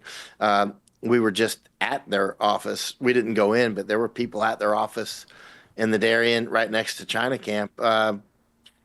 When was I down there with Laura Logan? 5-6 days ago or something, right? And so they're still there. And they're still operating. And these are the chief people that are involved in invasion of Canada, United States, and to a lesser degree, Europe. But United Nations, who works openly for China and Zionists. And then on another note, it'll be like Zionists are against United Nations, and then they're for them. It's like, you know what I mean? It depends on which component, what they're doing, right? Because look, United Nations is supporting Palestine, United States, but it's part of a larger game. It's part of a larger game. We're on our own. We don't have an administration that is looking out for our best interest. That's clear. It's just fooled millions of Americans that they are. But I see a lot of people backtracking now. A lot of people that sharply disagreed with me up until even a month ago are starting to say, wow, no, there's not been any, not only are there no convictions or any, there's not been, how many people has Bondi charged with any of the crimes? I never thought any of that was going to, I never thought any of that was going to occur. And, people were labeling me. They're like, you're doomer. But I'm like, okay, well, you know what? I've heard this game. I've heard it and I've heard it and I've heard it. And I'm tired of also hearing, well, he hasn't had enough time in there.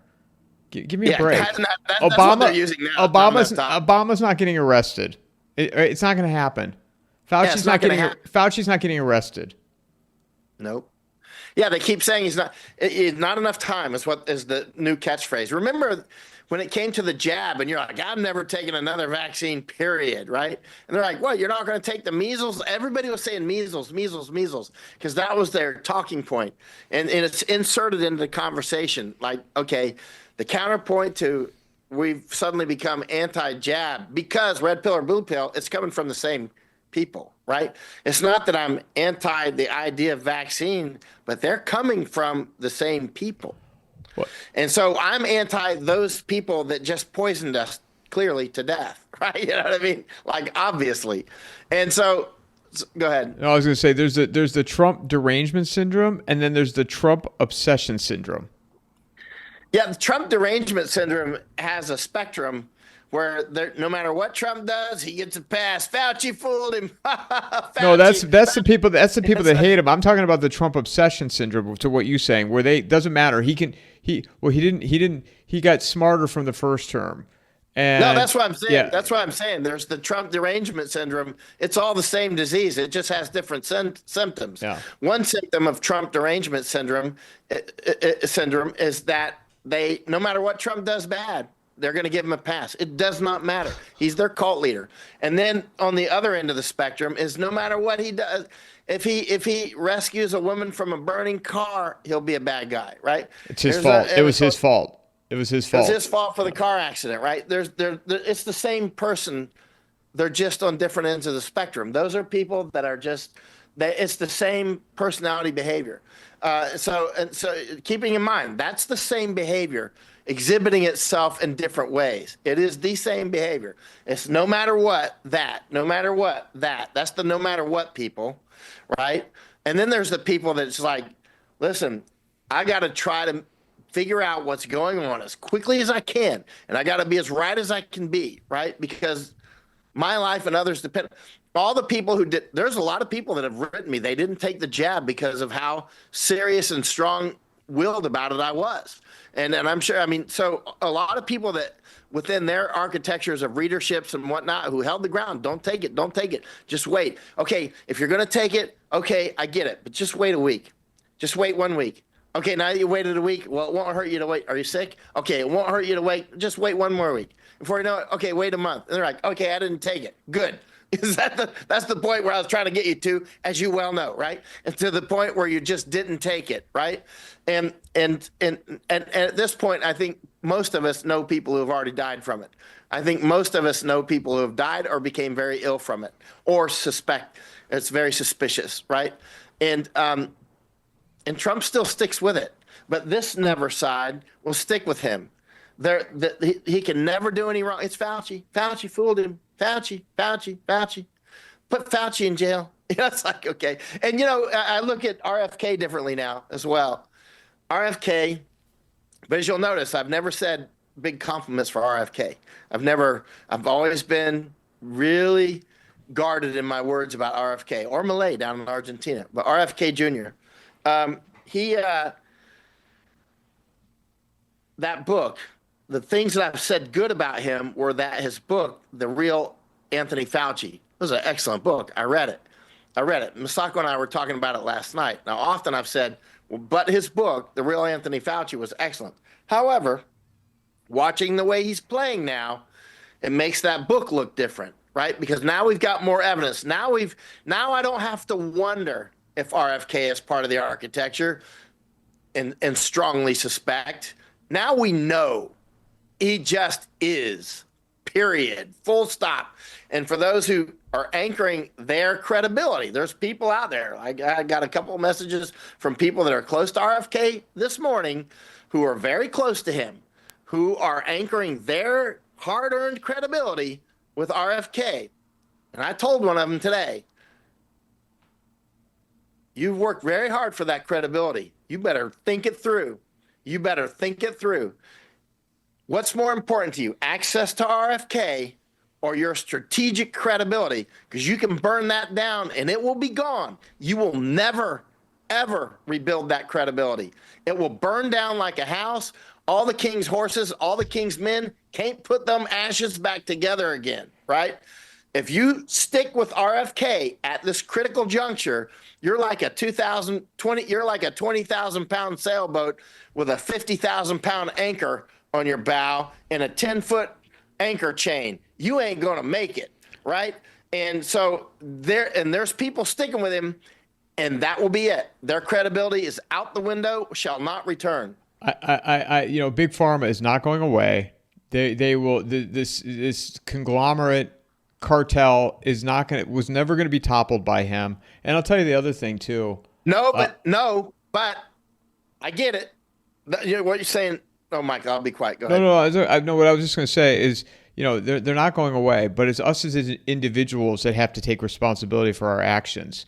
But also, what I wanted to add to that is, because it was shifted from RFK was going to save us, then it was Kash Patel was going to save us. Now it's Dan Bongino is going to save us. And look, I'm hoping things go well, but I try to be objective with all of it. And you take a step back. It's a movie set. Yeah. It's a movie set, Michael. We talked about this before, and you know it. Yeah, I mean, you've talked. It's a movie set. Yeah, Kash Patel, the Indian. Pam Bondi, pretty girl with large breasts. Bikini. That's all it is. Here's the bikini model, and here's RFK from the Kennedy family.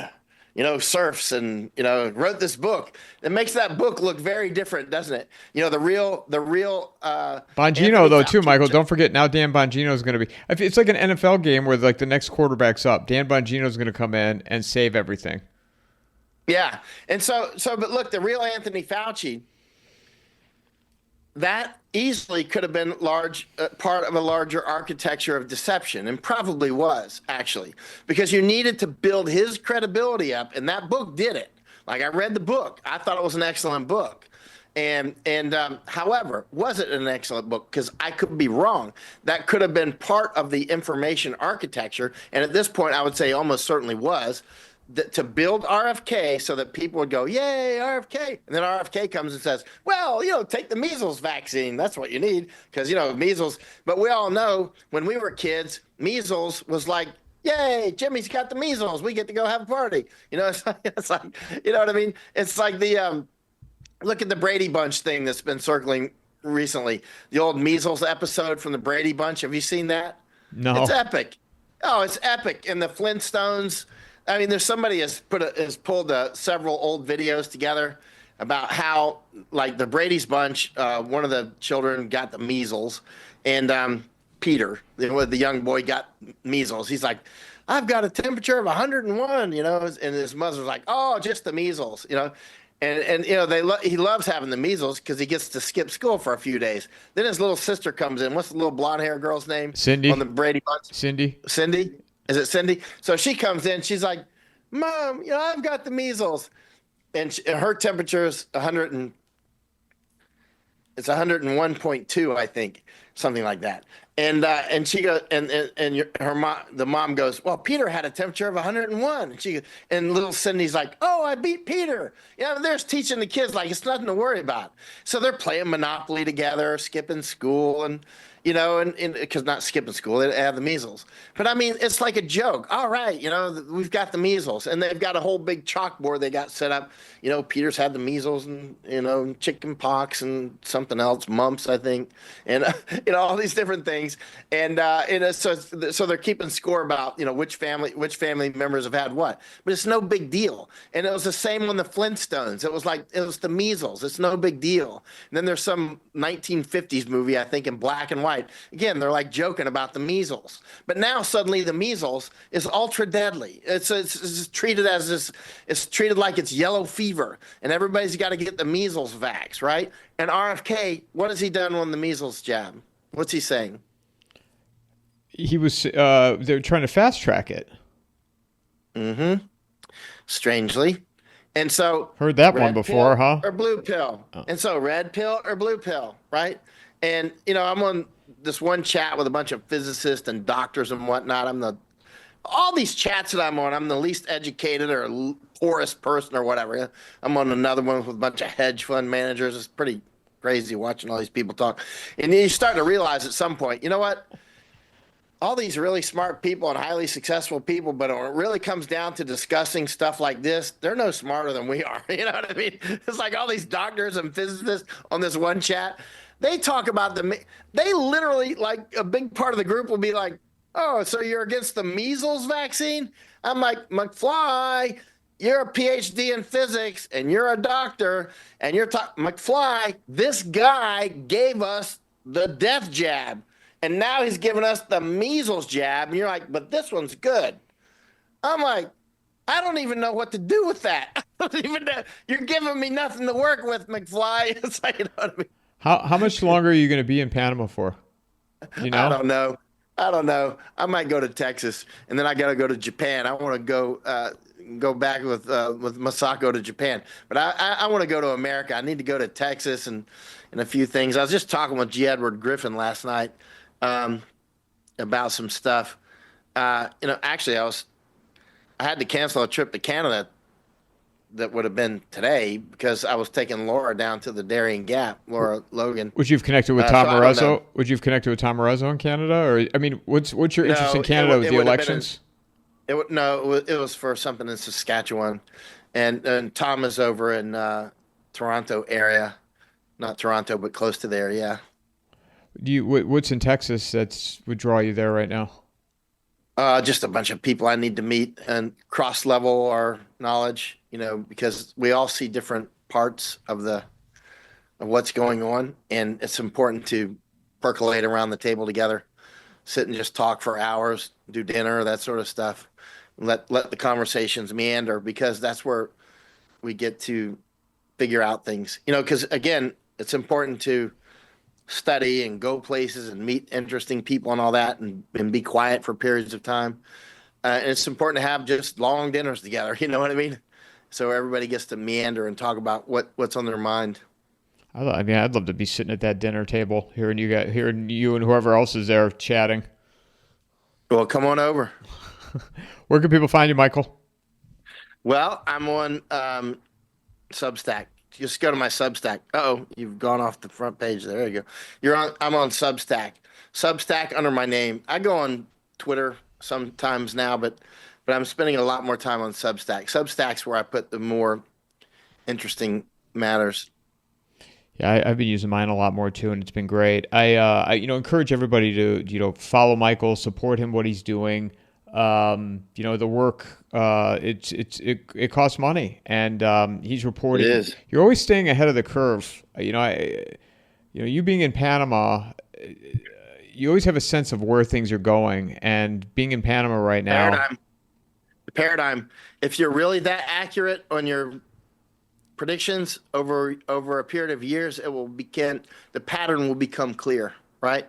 And it's been very clear. I mean, like my Hong Kong, being there for 7 months is like, they're going to take it if we don't do something. China's got it. So many other things. I'm telling you, Thailand, not Taiwan, but Thailand, in the future, I think Thailand, I know my Thai friends inevitably will watch this because I have a huge readership and a bunch of friends in Thailand. I think Thailand, as strong as it is being devastated with various internal attacks, whether it's on the economic side, the death jabs, and these cannabis stores everywhere. I mean, this is not about money. This is about destroying Thailand. Yeah, it's about money, all right. It's about destroying Thailand and dividing it into pieces. Last question for you. Europe, would you see yourself going over to Ireland, or anything over there right now, or is that? Well, Ireland. Masako and I went to Ireland about 3 years ago, and I've warned about it, say, for argument's sake, 1,000 to 2,000 times since then. You know what I mean? And so suddenly it's in the news. But I told Tucker about Ireland many times. And he just went over there. Is he still there? I told, I'll just message to him, not like chatting or something.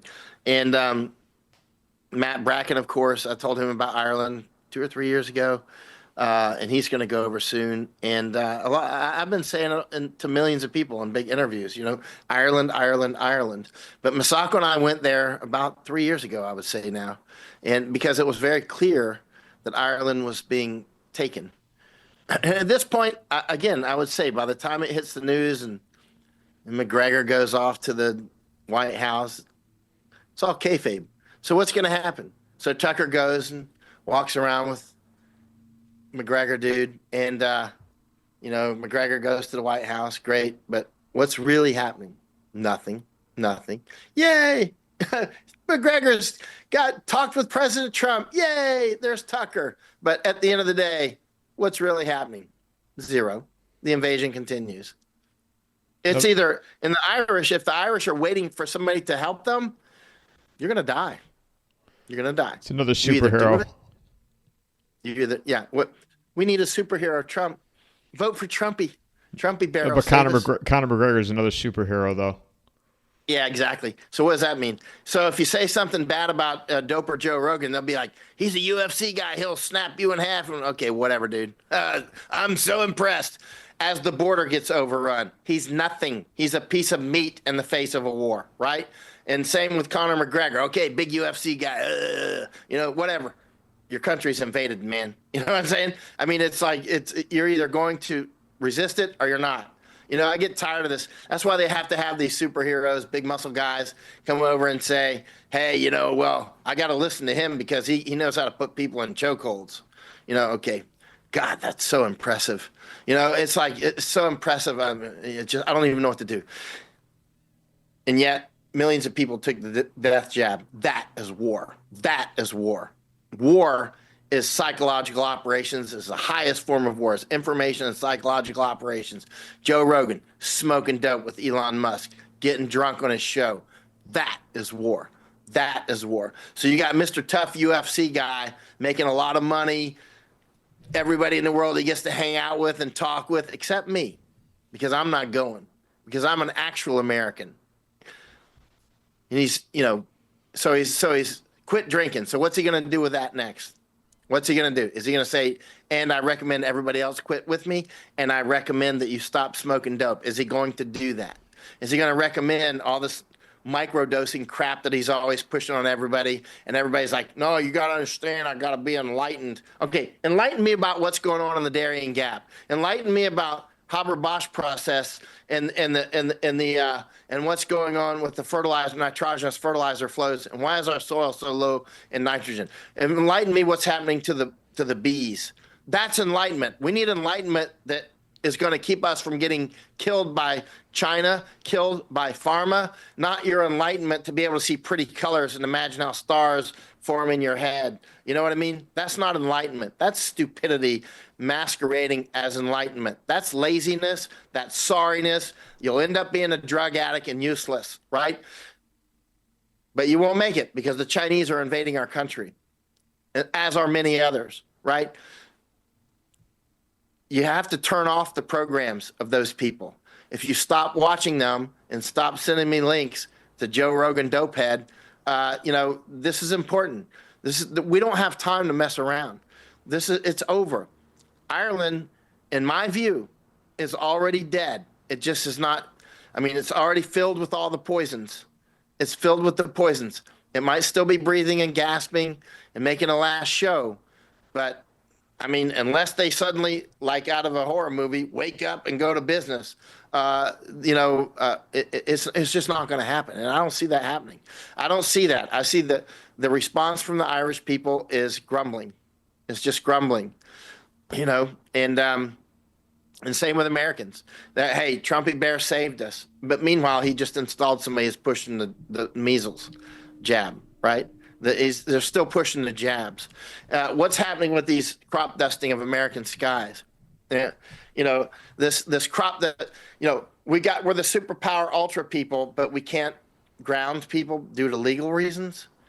Seriously, they're dropping poisons across our skies across America, crop dusting Americans, and we're such little children that we can't ground those airplanes. Seriously, if you're a serious person and you got a jet, you see the next one up there crop dusting, you jump in your jet and you fly it and you follow it and you land right behind them.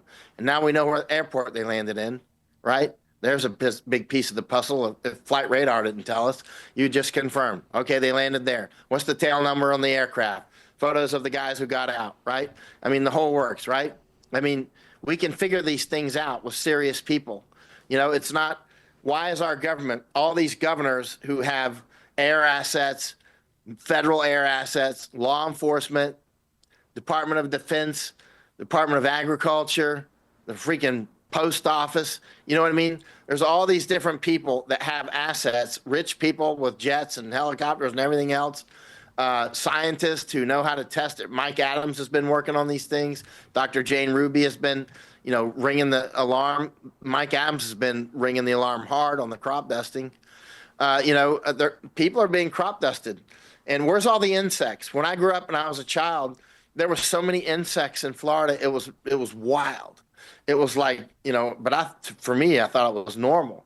And then as I get older, and there's still parts of America that have a lot of insects, but here, even in Panama, very few, relatively few, even in the jungle, in the Darien Gap jungle, a lot fewer insects than I would expect. Because I've been in jungles all over the world and deserts and everything else, and grew up in Florida. I mean, you used to have to clean your windshield twice a night if you were driving any distance, or even more, depending on where you're driving.